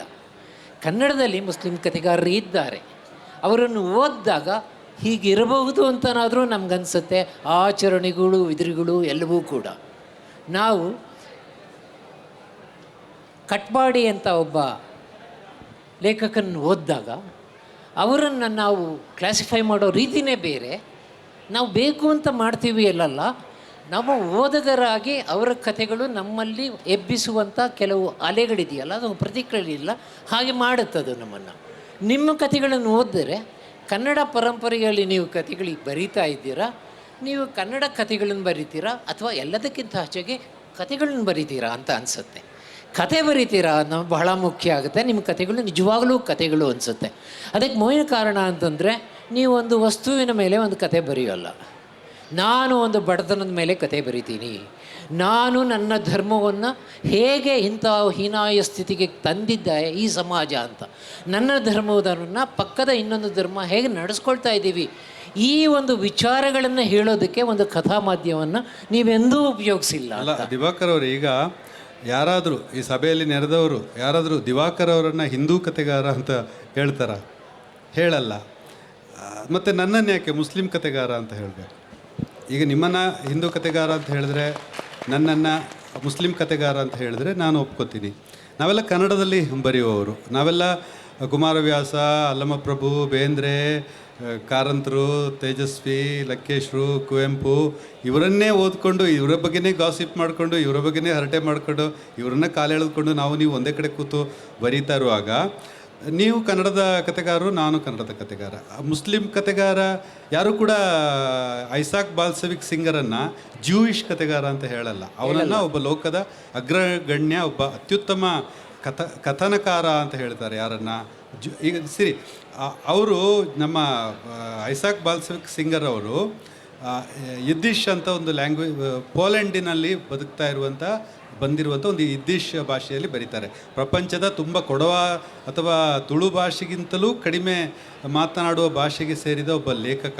ಅವರ ತಂದೆ ರಬ್ಬಿ ಆಗಿರ್ತಾರೆ. ರಬ್ಬಿ ಅಂದರೆ ಒಬ್ಬ ಪುರೋಹಿತ ಅಂತಲೇ ಹೇಳೋಕ್ಕಾಗಲ್ಲ, ಒಬ್ಬ ಲೀಡರು. ಆ ಕಮ್ಯುನಿಟಿದು ಲೀಡರ್, ಲೋಕಲ್ ಲೀಡರ್, ಅವರ ಮನೆಯಲ್ಲಿ ಎಲ್ಲ ತೀರ್ಮಾನಗಳಾಗ್ತಾ ಇರುತ್ತೆ. ಇನ್ ಮೈ ಫಾದರ್ಸ್ ಕೋರ್ಟ್ ಯಾರ್ಡ್ ಅಂತ ಬಹುಶಃ ನಿಮ್ಮ ರೆಫರೆನ್ಸಿಂದಲೇ ನಾನು ಆ ಪುಸ್ತಕ ಓದಿರ್ಬೋದು. ಇನ್ ಮೈ ಫಾದರ್ಸ್ ಕೋರ್ಟ್ ಯಾರ್ಡ್ ಅಂತ ಒಂದು ಪುಸ್ತಕ, ಅದನ್ನು ಓದಿದ್ದೆ. ಅಲ್ಲಿ ನಮ್ಮ ಇಸಾಕ್ ಬಾಲ್ಸೆವಿಕ್ ಸಿಂಗರ್, ಇಸಾಕ್ ಅಂತ ಪುಟ್ಟ ಹುಡುಗ ತಾಯಿಯ ಸೆರಗಿನ ಮರೆಯಲ್ಲಿ ಅಡಗಿಕೊಂಡು ಅವರ ಮನೆಯಲ್ಲಿ ನಡೀತಾ ಇದೆ ಎಲ್ಲ ರಾಜ್ಯ ಪಂಚಾಯತಿಗೆ ಡಿವೋರ್ಸು, ಮದುವೆ, ದಂಡ, ಅದು ಇದನ್ನೆಲ್ಲ ಕಿವಿ ಕೊಟ್ಟು ಕದ್ದು ಕೇಳಿ ಅದನ್ನು ಬರಿತಾ ಬರಿತಾ ಬರಿತಾ ಬರಿತಾ ಅವರು ನ್ಯೂಯಾರ್ಕಲ್ಲಿ ಬದುಕ್ತಾರೆ, ಅಮೆರಿಕದಲ್ಲಿ ಬದುಕ್ತಾರೆ. ಅಮೆರಿಕಕ್ಕೆ ಹೋದರೂ ಕೂಡ ಅಮೆರಿಕದಲ್ಲಿ ಬದುಕ್ತಾ ಇರುವಂತಹ ಈ ಥರ ಈ ನಾಜಿ ಪರ್ಸಿಕ್ಯೂಷನ್ನಿಂದ ಹೊರಗಡೆ ಹೋಗಿ ಬೇರೆ ಬೇರೆ ಪ್ರಪಂಚದ ಬೇರೆ ಬೇರೆ ಕಡೆ ಬದುಕ್ತಾ ಇರುವಂತಹ ಜೂಯಿಷ್ ಕಮ್ಯುನಿಟಿ ಅವರ ಬಗ್ಗೆ ಬರೀತಾರೆ. ನನ್ನ ಬಾಲ್ಯನೂ ಹಾಗೆ. ನನ್ನ ತಂದೆ ನಮ್ಮ ಲೋಕಲ್ ಮುಸ್ಲಿಂ ಕಮಿಟಿದು ಸೆಕ್ರೆಟರಿ ಆಗಿದ್ದರು. ಸೊ ನಮ್ಮ ಊರಲ್ಲಿ ತಲಾಕು, ಮದುವೆ, ನಿಕಾ, ಜಗಳ, ಗಂಡ ಹೆಂಡತಿಯನ್ನು ಒಂದುಗೂಡಿಸೋದೆಲ್ಲ ನಮ್ಮ ಮನೆಯಲ್ಲಿ ರಾಜ್ಯ ಪಂಚಾಯತಿಗೆ ನಡೀತಾ ಇರುವಾಗ ನಾನು ನಮ್ಮ ಅಜ್ಜಿ, ನಮ್ಮ ತಾಯಿ, ನಮ್ಮ ಅವರ ಸೆರಗಲ್ಲಿ ಕೂತ್ಕೊಂಬಿಟ್ಟು ಏನು ನಡೀತಾ ಇದೆ ಅಂತ ಎಲ್ಲ ಗಾಸಿಪ್ಪುಗಳನ್ನು, ಎಲ್ಲ ಹಾದರದ ಕಥೆಗಳನ್ನು ಎಲ್ಲವನ್ನು ಕದ್ದು ಮುಚ್ಚಿ ಕೇಳ್ತಾ ಇದ್ದೆ. ಹಾಗಾಗಿ ಆ ಕತೆ ಬಂತು. ಒಂದು ಕತೆ ಹೇಳ್ತೀನಿ ಸುಮ್ಮನೆ ನಿಮಗೆ ಎಂಟರ್ಟೈನ್ ಆಗಲಿಕ್ಕೆ. ಅದು ಒಂದು ಮದುವೆ ಆಯಿತು. ಅಂದರೆ ಅವ್ರದ್ದು ಹೆಂಡ್ತಿ ಬಿಟ್ಟೋಗಿದ್ರು, ಇವ್ರದ್ದು ಗಂಡ ಬಿಟ್ಟೋಗಿದ್ರು. ತೊಂದರೆ ಇಲ್ಲಲ್ಲ? ಎಷ್ಟು ಟೈಮ್ ಇದೆ? ಓಕೆ. ಒಂದು ಹೆಂಗಸದು ಗಂಡ ಬಿಟ್ಟೋಗಿದ್ದ, ಗಂಡಂದು ಹೆಂಡತಿ ಬಿಟ್ಟೋಗಿದ್ಲು. ಅವರು ಇಬ್ಬರು ಏಕಾಂಗಿ ಆಗಿದ್ದರು. ಸೊ ಇಬ್ಬರು ಒಂದಾದರೆ, ಇವ್ರಿಗೆ ಮಕ್ಕಳಾದರೆ, ಆ ಮಕ್ಕಳು ಮುಂದಕ್ಕೆ ಬಂದರೆ ನಮ್ಮ ತೋಟಕ್ಕೆ ಒಳ್ಳೆಯದಾಗುತ್ತೆ ಅಂತೇಳಿ ಅವರಿಬ್ಬರನ್ನ ಮದುವೆ ಮಾಡಿಸಿದ್ರು ನಮ್ಮಪ್ಪ. ಅಂದರೆ ನಮ್ಮಪ್ಪ ಎಸ್ಟೇಟಲ್ಲಿ ಮ್ಯಾನೇಜರ್ ಆಗಿದ್ರು. ಅವರಿಬ್ಬರನ್ನ ಮದುವೆ ಮಾಡಿಸಿದ್ರು. ಆದರೆ ಆ ಹೆಂಗಸು ಉತ್ತರ ಕೇರಳದವರು, ಅಂದರೆ ಈ ಕಡೆ ಇಲ್ಲಿ ನಮ್ಮ ಕಾಸರಗೋಡು, ಕಣ್ಣೂರು, ಕಾಸರಗೋಡು ಕಡೆಯದು ಹೆಂಗಸು. ಗಂಡಸು ಇನ್ನು ಆ ಕಡೆ ಈ ಮಲಪ್ಪುರಂ ಆ ಕಡೆ ಕಳೆದು ಪಶ್ಚಿಮ, ದಕ್ಷಿಣ, ಸೌತ್ ಕೇರಳದ ಕಡೆಯವರು. ಆದರೆ ಇಬ್ಬರು ಮುಸ್ಲಿಮ್ಸು, ಮಲಯಾಳಂ ಮಾತೃಭಾಷೆಯ ಮುಸ್ಲಿಮ್. ಮದುವೆ ಆಯಿತು. ಮದುವೆಯಾಗಿ ಮಾರನೇ ದಿನವೇ ಇಬ್ಬರು ಅವನ ಜಗಳಕ್ಕೆ ಬಂದ. ಇದಾಗಲ್ಲ, ಇವಳನ್ನು ನಾನು ಮದುವೆ ಆಗಿದ್ದೀನಿ, ತಪ್ಪು ಮಾಡಿದೆ, ನನಗೆ ಈಗಲೇ ಇವಳನ್ನು ದೂರ ಮಾಡಿಕೊಡಿ ಅಂತ. ಏನಿಲ್ಲ, ಇವಳಿಗೆ ಮಾನ ಮರ್ಯಾದೆ, ನಾಚಿಕೆ ಗೀಚಿಕೆ ಏನೂ ಇಲ್ಲ, ಮದುವೆ ಆದ ಗಂಡನ ಜೊತೆ ಯಾರಾದ್ರೂ ಹಂಗೆ ಮಾತಾಡ್ತಾರಾ ಅಂತ. ಯಾಕೆ ಏನು ಜಗಳ ಆಯಿತು ಅಂತ ನೋಡಿದ್ರೆ, ಅವಳು ಬೆಳಿಗ್ಗೆ ಎದ್ದು ನೀವು ಮೂಡು ಕೈಕೊಂಡು ಬೆರಿ ಅಂತ ಹೇಳಿದೆ. ಅಂದರೆ ಮುಖ ತೊಳ್ಕೊಂಬನ್ನಿ ಅಂತ. ಮೂಡು ಅಂದರೆ ಮುಖ. ಸೊ ಇವರ ಭಾಷೆಯಲ್ಲಿ ಈ ಕೇರಳದ ಉತ್ತರ ಕೇರಳದಲ್ಲಿ ಮೂಡು ಅಂದರೆ ಮುಖ. ಆದರೆ ಅಲ್ಲಿ ಅವರ ಆ ಮನುಷ್ಯ ಇದ್ದಾನಲ್ಲ, ಅವನ ಭಾಷೆಯಲ್ಲಿ ಮುಖ ಅಂದರೆ ಹಿಂಭಾಗ. ಸೊ ಇವಳು ಮದುವೆ ಆದ ತಕ್ಷಣ ಇವಳು ನನಗೆ ಮಾರನೇ ದಿನವೇ ನನಗೆ ಹಿಂಗೆಲ್ಲ ಹೇಳ್ತಾ ಇದ್ದಾಳಲ್ಲ, ನನಗೇನು ಗೊತ್ತಿಲ್ವಾ, ತೊಳ್ಕೊಳ್ಳೋಕೆ ನನಗೇನು ಗೊತ್ತಿಲ್ಲ, ಇವಳು ನನಗೆ ಬೇಡ ಅಂಥೇಳಿ ಇದು ತಲಾಕಿಗೆ ಬಂದುಬಿಟ್ಟಿದ್ರು ನಮ್ಮ ಮನೆಗೆ ಪುನಃ ಮದುವೆ ಆದ ಮಾರನೇ ದಿನವೇ. ಸೊ ಈ ಥರದ್ದು ನೂರಾರು ಕಥೆಗಳು. ಇದೆಲ್ಲ ಮನುಷ್ಯನ ಕತೆ ಅಲ್ವಾ? ಇದು ಬರೀ ಇಸ್ಲಾಮಲ್ಲಿ ಅಥವಾ ಮುಸ್ಲಿಂ ಸಮಾಜದಲ್ಲಿ ಮಾತ್ರ ಆಗುವಂಥ ಅನಾಹುತಗಳಲ್ಲ. ಪ್ರಪಂಚದ ಎಲ್ಲ ಅಲ್ಲ, ನೀವು ಹೇಳಿದ್ದು ನಂಗೆ ಗೊತ್ತಾಯ್ತು. ನೀವು ಕೂಡ ಒಪ್ಪಲ್ಲ ನನ್ನ ಮುಸ್ಲಿಂ ಲೇಖಕ ಅಂತ. ಈಗ ಯಾಕೆ ಆ ಥರದ್ದೆಲ್ಲ ಮಾಡ್ತಾ ಇದ್ದಾರೆ ಅಂತಂದರೆ ಅವರಿಗೆ ರಿಸರ್ವೇಷನ್ ಬೇಕು. ಮುಸ್ಲಿಂ ತಲ್ಲಣಗಳು, ಅಲ್ಪಸಂಖ್ಯಾತ ತಲ್ಲಣಗಳು, ದಲಿತ ಸಂವೇದನೆಗಳು, ಆ ಸಂವೇದನೆ, ಈ ಸಂವೇದನೆ, ಅದು ಇದು ಅಂತ ಅವರಿಗೆ ಕೋಟಾ, ರಾಜಕೀಯದಲ್ಲಿ ಹೆಂಗೆ ಕೋಟಾಗಳು ಶುರುವಾಗಿದೆಯೋ ಏನು ಸಾಹಿತ್ಯದಲ್ಲೂ ಅದೇ ಥರದ ಕೋಟಾಗಳಿದೆ. ಈಗ ನೀವು ಸಾಹಿತ್ಯ ಅಕಾಡೆಮಿಯ ಪ್ರಶಸ್ತಿದ ಲಿಸ್ಟ್ ನೋಡಿ, ಅವರು ಮೊದಲೇ ಡಿಸೈಡ್ ಮಾಡಿರ್ತಾರೆ. ಅಲ್ಪಸಂಖ್ಯಾತನಿಗೊಂದು, ಒಕ್ಕಲಿಗರಿಗೆ ಒಂದು, ಕುರುಬರಿಗೆ ಒಂದು, ಲಿಂಗಾಯತರಿಗೆ ಒಂದು, ಬ್ರಾಹ್ಮಣರಿಗೆ ಒಂದು, ಮಹಿಳೆಯರಿಗೆ ಒಂದು, ಹಿಂದುಳಿದ ವರ್ಗಗಳಿಗೆ ಒಂದು, ದಲಿತರಲ್ಲಿ ಎಡಗೈಗೆ ಒಂದು, ಬಲಗೈಗೆ ಒಂದು ಪ್ರಶಸ್ತಿ ಈ ವರ್ಷ ನಾವು ಕೊಡಬೇಕು ಅಂತೇಳಿ ಅವರ ಲಿಸ್ಟು ಕೂಡ ಹಾಗೇ ಬಂದಿರುತ್ತೆ ಎಲ್ಲ ಅಕಾಡೆಮಿಗಳು. ಯಾವುದೇ ಅಕಾಡೆಮಿ, ನಾನು ಸುಳ್ಳು ಹೇಳ್ತಾ ಇರೋದಲ್ಲ. ಅಥವಾ ನೋಡಿ, ಒಂದು ಪಟ್ಟಿ ನೋಡ್ತಾರೆ, ನಿಮ್ಮಲ್ಲಿ ಯಾರಾದರೂ ಇರ್ಬೋದು ಸಾಹಿತ್ಯ ಅಕಾಡೆಮಿ ಮೆಂಬರು, ಯಾರಾದರೂ ನಿಮ್ಮಲ್ಲಿ ಯಾರಾದರೂ ಇರ್ಬೋದು, ನಂಗೆ ಗೊತ್ತಿಲ್ಲ, ರವಿಕುಮಾರ್ ಅಲ್ವಾ? ಸೊ ಪಟ್ಟಿಗಳು ಅದೇ ಥರ ಬರೋದ್ರಿಂದ ಅದಕ್ಕೆ ಸರಿಯಾಗಿ ಸಾಹಿತ್ಯವನ್ನು ಬರೆಯುವವರ ಒಂದು ವರ್ಗ, ನಾನು ಮುಸ್ಲಿಂ ಕೋಟದಲ್ಲಿ ನನಗೆ ಕೊಡಿ, ಅಥವಾ ದಲಿತರ ಕೋಟದಲ್ಲಿ ನಂಗೆ ಕೊಡಿ ಅಂತ ಸಾಹಿತ್ಯ ಈಗ ಏನಾಗ್ತಾ ಇದೆ ಅಂತಂದರೆ, ರಾಜಕೀಯ ಪಕ್ಷಗಳ ಅಥವಾ ರಾಜಕೀಯ ಧೋರಣೆಗಳ ಸಿದ್ಧಾಂತಗಳಿಗೆ ಅನುಸಾರವಾಗಿ ಬರೆಯುವಂಥವರ ಪಡೆಯಾಗಿ ಮಾರ್ಪಾಡಾಗ್ತಾ ಇದೆ. ಅದೇ ಥರ ಬರೆಯುವವರು ಬರ್ತಾ ಇದ್ದಾರೆ. ಹಾಗಾಗಿ ನಾವು ಈ ಥರದ ಮೂಲಭೂತ ಸಮಸ್ಯೆಗಳ ಬಗ್ಗೆ ಮಾತನಾಡದೆ ಸಾಮಾಜಿಕ ಸಮಸ್ಯೆಗಳ ಬಗ್ಗೆ ನಾವು ಕತೆ ಬರಿತೀವಿ ಅಂತಂದರೆ ಅದು ಸರಿ ಹೋಗಲ್ಲ. ಅದನ್ನು ಅಟೆಂಡ್ ಮಾಡಬೇಕು ಅಂತ ನಂಗೆ ಅನಿಸುತ್ತೆ. ಅಲ್ಲ, ನಾನು ಕೇಳಿದ ಪ್ರಶ್ನೆ ಕಾರಣ ಅಂತಂದರೆ, ನಮಗೆ ಬೇಕೋ ಬೇಡವೋ ಗೊತ್ತಿಲ್ಲ. ನಮಗೆ ಮುಸ್ಲಿಂ ಲೇಖಕರು ಬೇಕು, ಮುಸ್ಲಿಂ ಕಥೆಗಾರರು ಬೇಕು ಅಂತ ಖಂಡಿತ ನಮಗೆ ಗೊತ್ತಿಲ್ಲ. ಆದರೆ ನಮ್ಮ ವಿಮರ್ಶೆ ಆ ಥರ ಮಾಡಿಟ್ಟಿದೆ. ಮಹಿಳಾ ಲೇಖಕರು, ಮುಸ್ಲಿಂ ಲೇಖಕರು ಅಂತ ಹಾಕಿದ್ದು, ಕ್ರಿಶ್ಚಿಯನ್ ಲೇಖಕರು ಅಂತ ಮಾಡಲಿಲ್ಲ. ಯಾಕೆಂದರೆ ಇರೋರು ಇಬ್ಬರೋ ಮೂರೋ. ಆದ್ದರಿಂದ ಕ್ರಿಶ್ಚಿಯನ್ ಲೇಖಕರು ಅಂತ ಅವ್ರು ಮಾಡಿಲ್ಲ, ಮುಸ್ಲಿಂ ಲೇಖಕರು ಅಂತ ಮಾಡೇ ಇದ್ದಾರೆ. ಅದು ಒಬ್ಬ ಸಾಹಿತ್ಯ ವಿದ್ಯಾರ್ಥಿ ಓದೋನ್ಗೆ ಈ ಥರ ವರ್ಗೀಕರಣ ಆಗಿದೆ. ಅದು ಎಷ್ಟು ಮಟ್ಟಿಗೆ ವರ್ಗೀಕರಣ ಆಗಿದೆ ಅಂತಂದರೆ, ನವೋದಯ ಲೇಖಕರು, ನವ್ಯ ಲೇಖಕರು, ಬಂಡಾಯ ಲೇಖಕರು. ಹಾಗೆ ಅಲ್ಲ ದಿವಾಕರ್, ಇತ್ತು ಒಂದು 10 ವರ್ಷದ ಹಿಂದೆ, ಆಗ ಇವರೆಲ್ಲ ಇದ್ದರು, 10 ವರ್ಷ ಇನ್ನೂ ಹಿಂದೆ ಲಂಕೇಶು, ತೇಜಸ್ವಿ, ಕಿರಂ ನಾಗರಾಜ್ ಎಲ್ಲ ಇದ್ದರು. ಒಂದು ಸೆಂಟ್ರಲ್ ಕಾಲೇಜಲ್ಲಿ ಕುವೆಂಪು ಅವರ ಸಾಹಿತ್ಯದ ಬಗ್ಗೆ ಒಂದು ಅಂತಾರಾಷ್ಟ್ರೀಯ ಸೆಮಿನಾರ್ ಅಂತಂದರೆ UGC ಅವರು ಅಂತಾರಾಷ್ಟ್ರೀಯ ಸೆಮಿನಾರಿಗೆ ಇಷ್ಟು ಫಂಡ್ ಅಂತೇಳಿ ಕೊಟ್ಟಿರ್ತಾರೆ. ಆ ಫಂಡ್ ಮುಗಿಸೋಕ್ಕೆ ಬೇಕಾಗಿ ಒಂದು ಅಂತಾರಾಷ್ಟ್ರೀಯ ಸೆಮಿನಾರ್ ಅಂತ ಮಾಡ್ತಾರೆ. ಆದರೆ ಎಲ್ಲ ಲೋಕಲ್ಗಳೇ ಇರ್ತಾರೆ, ಯಾರು ಅಂತಾರಾಷ್ಟ್ರೀಯನೇ ಎಲ್ಲ ಲೋಕಲ್ ವಿಮರ್ಶಕರು, ಲೋಕಲ್ ಬರಹಗಾರ ಅವರೆಲ್ಲ ಇರ್ತಾರೆ. ಅಂಥ ಕಡೆ ಒಂದು ಕುವೆಂಪು ಅವರ ಸಾಹಿತ್ಯದ ಬಗ್ಗೆ ಒಂದು ಸೆಮಿನಾರ್ ಆಯಿತು.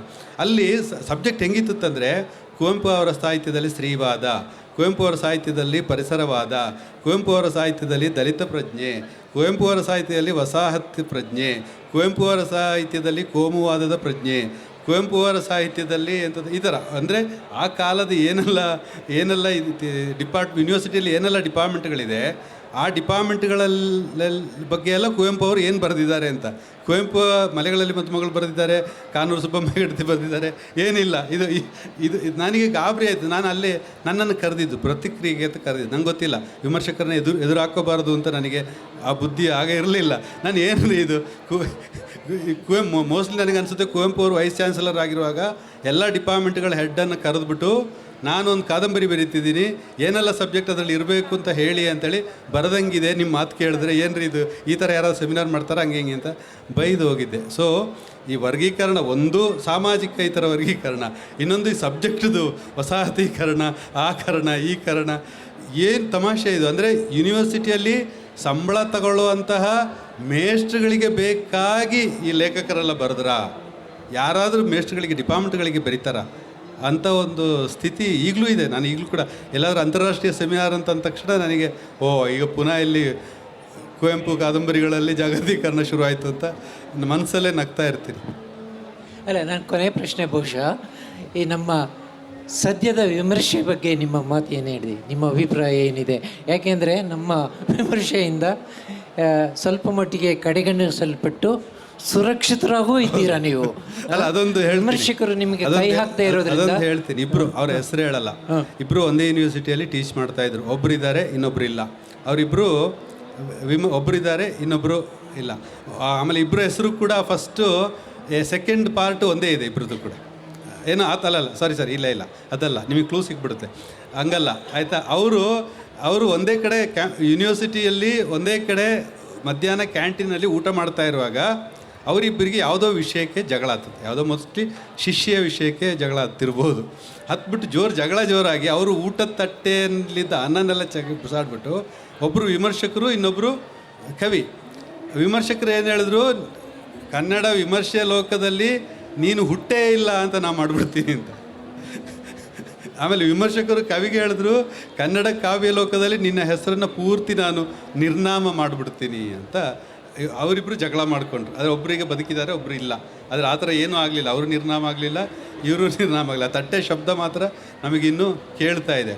ಸೊ ಇಲ್ಲಿ ಏನಾಗ್ತಾಯಿದೆ ಅಂತಂದರೆ, ಈಗ ನಾವೆಲ್ಲ ಬಹಳ ಒಳ್ಳೆಯ ವಿಮರ್ಶಕರನ್ನು ಓದಿ ಬೆಳೆದವರು, ಎಲಿಯಟ್ ಅಂತವರು, ಅಥವಾ ಲೀವಿಸ್ ಅಂತವರು, ಅಥವಾ ಮ್ಯಾಥ್ಯೂ ಅರ್ನಾಲ್ಡ್ ಅಂತವರು, ಅಥವಾ ಕುರ್ತುಕೋಟಿಯವರು, ಬಹಳ ದೊಡ್ಡ ವಿಮರ್ಶಕರನ್ನು ಓದಿ ಬೆಳೆದಂತಹ ನಾವು ಈಗ ಏನು ನಡೀತಾ ಇದೆ ವಿಮರ್ಶೆ ಅಂತಂದರೆ ನಮಗೆ ನಗು ಬರುತ್ತೆ. ಇತ್ತೀಚೆಗೆ ಯಾರೋ ಬಹಳ ಒಳ್ಳೆಯ ವಿಮರ್ಶಕರು ಅಂತ ಇಷ್ಟಪಡ್ತಾ ಇದ್ದ ಒಬ್ಬರು ವಿಮರ್ಶಕರು ಒಂದು ಪುಸ್ತಕದ ಬಗ್ಗೆ ಬರೆದ ವಿಮರ್ಶೆ ನಾನು ಓದಿದೆ.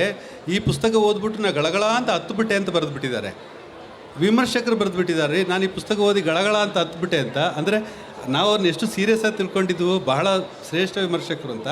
ಅವರು ಸಾಯಿಸುತ್ತೆ ಈ ಥರ ಕಾದಂಬರಿಗಳನ್ನು ಓದಿ ವಿಮರ್ಶೆ ಮಾಡ್ತಾರಲ್ಲ, ಗಳಗಳ ಅಂತ ಹತ್ಬಿಡ್ತು. ಹಾಗಾಗಿ ನನಗೆ ಇತ್ತೀಚಿನ ವಿಮರ್ಶೆಗೆಲ್ಲ ಓದಿದ್ರೆ ಗಳಗಳ ಅಂತ ಹತ್ಬಿಡ್ಬೇಕು ಅಂತ ಅನಿಸುತ್ತೆ. ಮತ್ತು ನಿಮ್ಗೆ ಪ್ರಿಯವಾದ್ದೆ ಐಸಾಕ್ ಅಲ್ಲ ಬಶೀರ್ ನೀವು ನಾನು ಹೇಳೋದನ್ನ ಒಪ್ಪಬೇಕು, ಇಲ್ದಿದ್ರೆ ಅವ್ರು ರಶೀದ್ ಆರೋಪಿಸಿದ್ರು ಅಂತ ಬರುತ್ತೆ. ನಿಮ್ದು ಇಲ್ಲ ಇಲ್ಲ, ಈ ವೇದಿಕೆಯಲ್ಲಿ ನೀವು ಏನೇನು ಹೇಳಿದ್ರು ಅದೆಲ್ಲವನ್ನೂ ಈ ವೇದಿಕೆ ಕೆಳಗೆ ಇಳಿಯೋವರೆಗೂ ನಾನು ನಿಮ್ಮನ್ನು ಹೇಳಿದ ಮೇಲೆ ಇಲ್ಲ ಗೊತ್ತಿಲ್ಲ. ನಾನೇನಾಗ್ತೀನಿ ಗೊತ್ತಿಲ್ವಲ್ಲ, ನಾಳೆ ನಾನೇನಾಗ್ತೀನಿ ಅಂತ ಗೊತ್ತಿಲ್ಲ, ಯಾವ ಕಡೆ ವಾಲ್ತೀನೋ ನನಗೆ ಗೊತ್ತಿಲ್ಲ. ಸೊ ಏನು ಹೇಳೋದು ಅಂತ. ಆದರೆ ನೀವು ಹೇಳಿದ್ರಲ್ಲ ಸಿಂಗರು, ಅವನದೇ ಒಂದು ಉದಾಹರಣೆ ಹೇಳಬೇಕಾದ್ರೆ ಅವನೊಂದು ಭಾಷಣದಲ್ಲಿ ಹೇಳ್ತಾನೆ, ವಿಮರ್ಶೆ ಬಗ್ಗೆ ಮಾತಾಡ್ತಾ children are best literary critics ಅಂತಾನೆ. ಹೌದು. ಯಾಕೆ ಹೇಳ್ತಾನೆ ಅವರು ಅಂತಂದ್ರೆ, ಮಕ್ಕಳಿಗೆ ಬರೆಯೋದು ಬಹಳ ಕಷ್ಟ ಅಂತ ನೀವೇ ಅನುವಾದ ಮಾಡಿದ್ರೆ ಅದು ಅಲ್ಲ ಮಾಡಿದ್ದೀನಿ, ಅಲ್ಲಿ ಒಂದು ಮಾತು ಹೇಳ್ತಾನೆ, children are the best literary critics ಅಂತ ಹೇಳ್ತಾನೆ. ಯಾಕೆ ಅಂತಂದರೆ ಒಂದು ಕತೆ ಓದೋವಾಗ ಅಥವಾ ಅವರ ಅಜ್ಜಿ ಒಂದು ಕತೆ ಹೇಳೋವಾಗ ಬೇಜಾರಾದರೆ ಆರಾಮವಾಗಿ ಆಕಳಿಸ್ತಾರೆ ಅವರು ಅಂತ. ಆ ಆಕಳಿಸುವಂಥ ಸ್ವಾತಂತ್ರ್ಯ ಮಕ್ಕಳಿಗೆ ಮಾತ್ರ ಇದೆ, ವಿಮರ್ಶಕರಿಗೆ ಇಲ್ಲ. ವಿಮರ್ಶಕರು ಮನಸ್ಸಿನೊಳಗೆ ಕಳಿಸ್ತಾರೆ ಹಾಗೆ ಅಂತ. ಅವನು ಇನ್ನೊಂದು ಮಾತು ಹೇಳ್ತಾನೆ, ಬಹುಶಃ ಸಾಹಿತಿಗಳಾಗಿ ನಾವು ಮಾಡಬೇಕಾದ್ದು ನಮ್ಮ ಸಾಹಿತ್ಯದ ಒಟ್ಟು ಉದ್ದೇಶ ಏನು ಅಂತ ನನಗೆ ಅದನ್ನು ಓದಿದಾಗ ನನಗೆ ಗೊತ್ತಾಯಿತು. ಅವನೇನು ಹೇಳ್ತಾನೆ, ಇದ್ದೀಶ್ ಭಾಷೆಯಲ್ಲಿ ಹೊಡೆಯೋದ್ರ ಬಗ್ಗೆ ಶಬ್ದ ಇಲ್ಲ, ಕತ್ತಿಗೆ ಈಕ್ವಲೆಂಟ್ ಆದ ಶಬ್ದ ಇಲ್ಲ, ಒದೆಯೋದ್ರ ಬಗ್ಗೆ ಶಬ್ದ ಇಲ್ಲ. ಹೆಂಗಿರ್ಬೇಕು ನೋಡಿ ಆ ಭಾಷೆ ಅದು. ಬಹುಶಃ ನಮ್ಮ ಸಾಹಿತ್ಯ ಇಲ್ಲದೇ ಇರೋ ಒಂದು ಸಮಾಜಕ್ಕೆ ಏನೇನು ಬೇಕೋ ಅದನ್ನು ಮಾಡಬೇಕಾದ್ದು ಸಾಹಿತ್ಯದ ಕೆಲಸ ಅಂತ ನಾನು ಅಂದ್ಕೊಂಡಿದ್ದೀನಿ. ಅದರಲ್ಲಿ ನೀವು ಸಾಹಿತಿಯಾಗಿ ನಿಮ್ಮ ಕೊಡುಗೆ ಅಲ್ಲ, ದೇವರಾಳಿಗೆ ಸಾಹಿತ್ಯ ನನಗೆ ಕರೆಯುವಂಥ ಸ್ವಾತಂತ್ರ್ಯ ನನಗೆ ಬಿಡಿ. ನೀವಲ್ಲ ಅಂತಂದರೆ ನನಗೇನು ಮಾಡಲಿ ಅದು ನನಗನ್ಸುತ್ತೆ. ನಾವು ಏನಾದರೂ ಒಂದು ಪಿಜನ್ ಹೋಲ್ ಇಲ್ಲದೆ ಇದ್ದರೆ ಎಲ್ಲಿ ನಿಮ್ಮನ್ನು ಯಾರೊಬ್ಬರು ಒಂದು ಯೂನಿವರ್ಸಿಟಿಯಲ್ಲಿ PhD ಮಾಡಲಿಕ್ಕೆ ನನ್ನ ಹತ್ರ ಕಾಲ್ ಮಾಡಿದರು. ಒಂದು ಹುಡುಗಿ MA ಎಲ್ಲ ಮಾಡಿ ಕನ್ನಡ MA ಮಾಡಿ PhD ಮಾಡಲಿಕ್ಕೆ ಅವರಿಗೆ ಸಬ್ಜೆಕ್ಟ್ ಸಿಕ್ಕಿಲ್ಲ. ಸೊ ಅವ್ರ ಮೇಸ್ಟ್ ಹತ್ರ ಕೇಳಿ ಗೈಡ್ರು ಹೇಳಿದ್ದಾರೆ, ನಾವು ಕನ್ನಡದ ಎಲ್ಲ ಸಾಹಿತಿಗಳನ್ನು ಮುಗಿಸ್ಬಿಟ್ಟಿದ್ದೀವಿ, ಎಲ್ಲ ಮುಗಿದೋಗಿದ್ದಾರೆ, ರಶೀದ್ ಅವ್ರನ್ನ ಮಾತ್ರ ಇನ್ನೂ ಮುಗಿಸಿಲ್ಲ, ಅವರ ಬಗ್ಗೆ PhD ಮಾಡಿ ಅಂತ ಹೇಳಿದರು. ಸೊ ಆ ಹುಡುಗಿ ನನಗೆ ಫೋನ್ ಮಾಡಿಬಿಟ್ಟು, ಸರ್ ಅಬ್ದುಲ್ ರಶೀದ್ ಅಂದರೆ ನೀವೇ ತಾನೆ? ಹೌದು. ನೀವು ಸಾಹಿತ್ಯದಲ್ಲಿ ಏನಾದರೂ ನಿಮ್ಮನ್ನು ಗಂಭೀರವಾಗಿ ತೊಡಗಿಸ್ಕೊಂಡಿದ್ದೀರಾ ಅಂತ ಕೇಳಿ, ನಾನೊಂದು PhD ಮಾಡಬೇಕು ಅಂತಿದ್ದೀನಿ, ನನಗೆ ನಮ್ಮ ಮೇಷ್ಟ್ರು ಹೇಳಿದರು ಅಬ್ದುಲ್ ರಶೀದ್ ಅವ್ರ ಬಗ್ಗೆ ಮಾಡಿ ಅಂತ. ಆದರೆ ನಾನು ನಿಮ್ಮ ಬಗ್ಗೆ ಏನು ಓದ್ಕೊಂಡಿಲ್ಲ, ನೀವು ಬರಿತಾ ಇದ್ದೀರಿ ಅಂತಲೂ ನಂಗೆ ಗೊತ್ತಿರಲಿಲ್ಲ. ಅವ್ರು ಹೇಳಿದ ಮೇಲೆ ನನಗೆ ನೀವೇನೋ ಸಾಹಿತ್ಯದಲ್ಲಿ ಸೀರಿಯಸ್ ಆಗಿ ತೊಡ್ಕೊಂಡಿದ್ದರೆ ನಿಮ್ಮ ಬಗ್ಗೆ PhD ಮಾಡಬೇಕು ಅಂತಿದ್ದೀನಿ, ಮಾಡ್ಬೋದಾ ಅಂತ ನಾಳಿದ್ದು. ಇಲ್ಲ, ನಾನು ಸಾಹಿತ್ಯದಲ್ಲಿ ಇನ್ನೂ ಸೀರಿಯಸ್ ಆಗಿ ತೊಡ್ಕೊಂಡಾಗ ನಾನು ನಿನಗೆ ಹೇಳ್ತೇನಮ್ಮ, ಆಮೇಲೆ PhD ಮಾಡು ಅಂತೇಳಿ ಬಚಾವಾಗಿದ್ದೀನಿ. ಅಲ್ಲ, ನಾ ಈಗ ಸದ್ಯಕ್ಕೆ ನಿಮ್ಮನ್ನು ಎಲ್ಲೋ ಒಂದು ಕಡೆ ಒಂದು ಪಿಜನ್ನೂನಲ್ಲಿ ಹಾಕ್ತಾ ಇದ್ದರೆ ನಮಗೆ ಸಮಾಧಾನ ಇರೋಲ್ಲ ಅಂತ. ಸೊ ಅದಕ್ಕೋಸ್ಕರ ಆ ವಿಷಯದಲ್ಲಿ ನಾನು ಹಾಕಿದ್ದೀನಿ. ದಯವಿಟ್ಟು ಈ ಸಂದರ್ಭದಲ್ಲಿ ಅದನ್ನು ಕ್ಷಮಿಸ್ಬಿಡಿ. ಇಳಿದ ಮೇಲೆ ನೀವು ನಾನು ತೋಟದಲ್ಲಿ ಒಂದು ಕೋಳಿ ಸಾಕ್ತಾ ಇದ್ದೀನಿ, ನಾಟಿ ಕೋಳಿ. ಅದು ಸುಮಾರು ಕೋಳಿ ಇದೆ, ಒಂದು 50 ಕೋಳಿ ಇದೆ. ಅದಕ್ಕೆ ತುಂಬ ಇದಕ್ಕೆ ತುಂಬ ದೊಡ್ಡ ಒಂದು ಇದೆ. ಆದರೆ ನನಗೆ ಅಲ್ಲೂ ಕೂಡ ಹಾಕ್ಲಿಕ್ಕೆ ಮನಸ್ಸು ಬರ್ತಾ ಇಲ್ಲ. ಅವುಗಳನ್ನು ಆರಾಮಾಗಿ ಇಡೀ ನಮ್ಮ ತೋಟದಲ್ಲಿ ಎಲ್ಲ ಕಡೆ ಈ ತುದಿಯಿಂದ ಆ ತುದಿಗೆ ಎಲ್ಲ ಓಡಾಡ್ತಾ ಇರುತ್ತೆ. ಆದರೆ ಇದು ಏನು ಮುಂಗ್ಸಿ, ಆಮೇಲೆ ಹಾವು, ಆಮೇಲೆ ಗಿಡಗ ಎಲ್ಲ ಬಂದು ಎತ್ಕೊಂಡು ಹೋಗ್ತಾನೆ ಇರುತ್ತೆ. ಪರವಾಗಿಲ್ಲ, ಎತ್ಕೊಂಡು ಹೋದರೂ ಪರವಾಗಿಲ್ಲ, ಕೋಳಿಗಳಿಗೆ ಸ್ವಾತಂತ್ರ್ಯ ಮುಖ್ಯ ಅಂತೇಳಿ ನಾವು ಅದನ್ನು ಓಪನ್ ಆಗಿ ಬಿಟ್ಟಿದ್ದೀವಿ. ಹಾಗಾಗಿ ನನಗೂ ಕೂಡ ದಯವಿಟ್ಟು ನನ್ನನ್ನು ಯಾವುದೇ ಪಂಜರದೊಳಗೆ ಹಾಕ್ಬೇಡಿ. ಗಿಡಗ ಎತ್ಕೊಂಡು ಹೋದ್ರೂ ಪರವಾಗಿಲ್ಲ, ಮುಂಗುಸಿ ಹಿಡಿದ್ರೂ ಪರವಾಗಿಲ್ಲ, ಚಿರತೆ ದಾಳಿ ಮಾಡಿದ್ರೂ ಪರವಾಗಿಲ್ಲ, ಸ್ವಾತಂತ್ರ್ಯ ಮುಖ್ಯ, ಆರಾಮಾಗಿ ಓಡಾಡ್ಕೊಂಡ್ಬಿಡಿ ಅನ್ನೋದು ನನಗೆ ಎಲ್ಲರಲ್ಲೂ ನನ್ನ ದೈನ್ಯವಾದ ಪ್ರಾರ್ಥನೆ. ನಿಜವಾದ ಸೃಜನಶೀಲ ವ್ಯಕ್ತಿ ಸ್ವಾತಂತ್ರ್ಯವೇ ಅದು.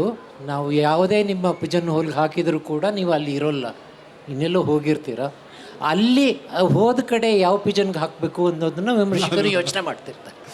ನೀವು ಇದುವರೆಗೆ ನಿಮ್ಮ ಜೊತೆ ಒಂದು ರೀತಿಯ ಸಂವಾದ, ಅದು ಪರಸ್ಪರ ಒಂದು ಮಾತುಕತೆ ಸಂವಾದನೂ ಅಲ್ಲ.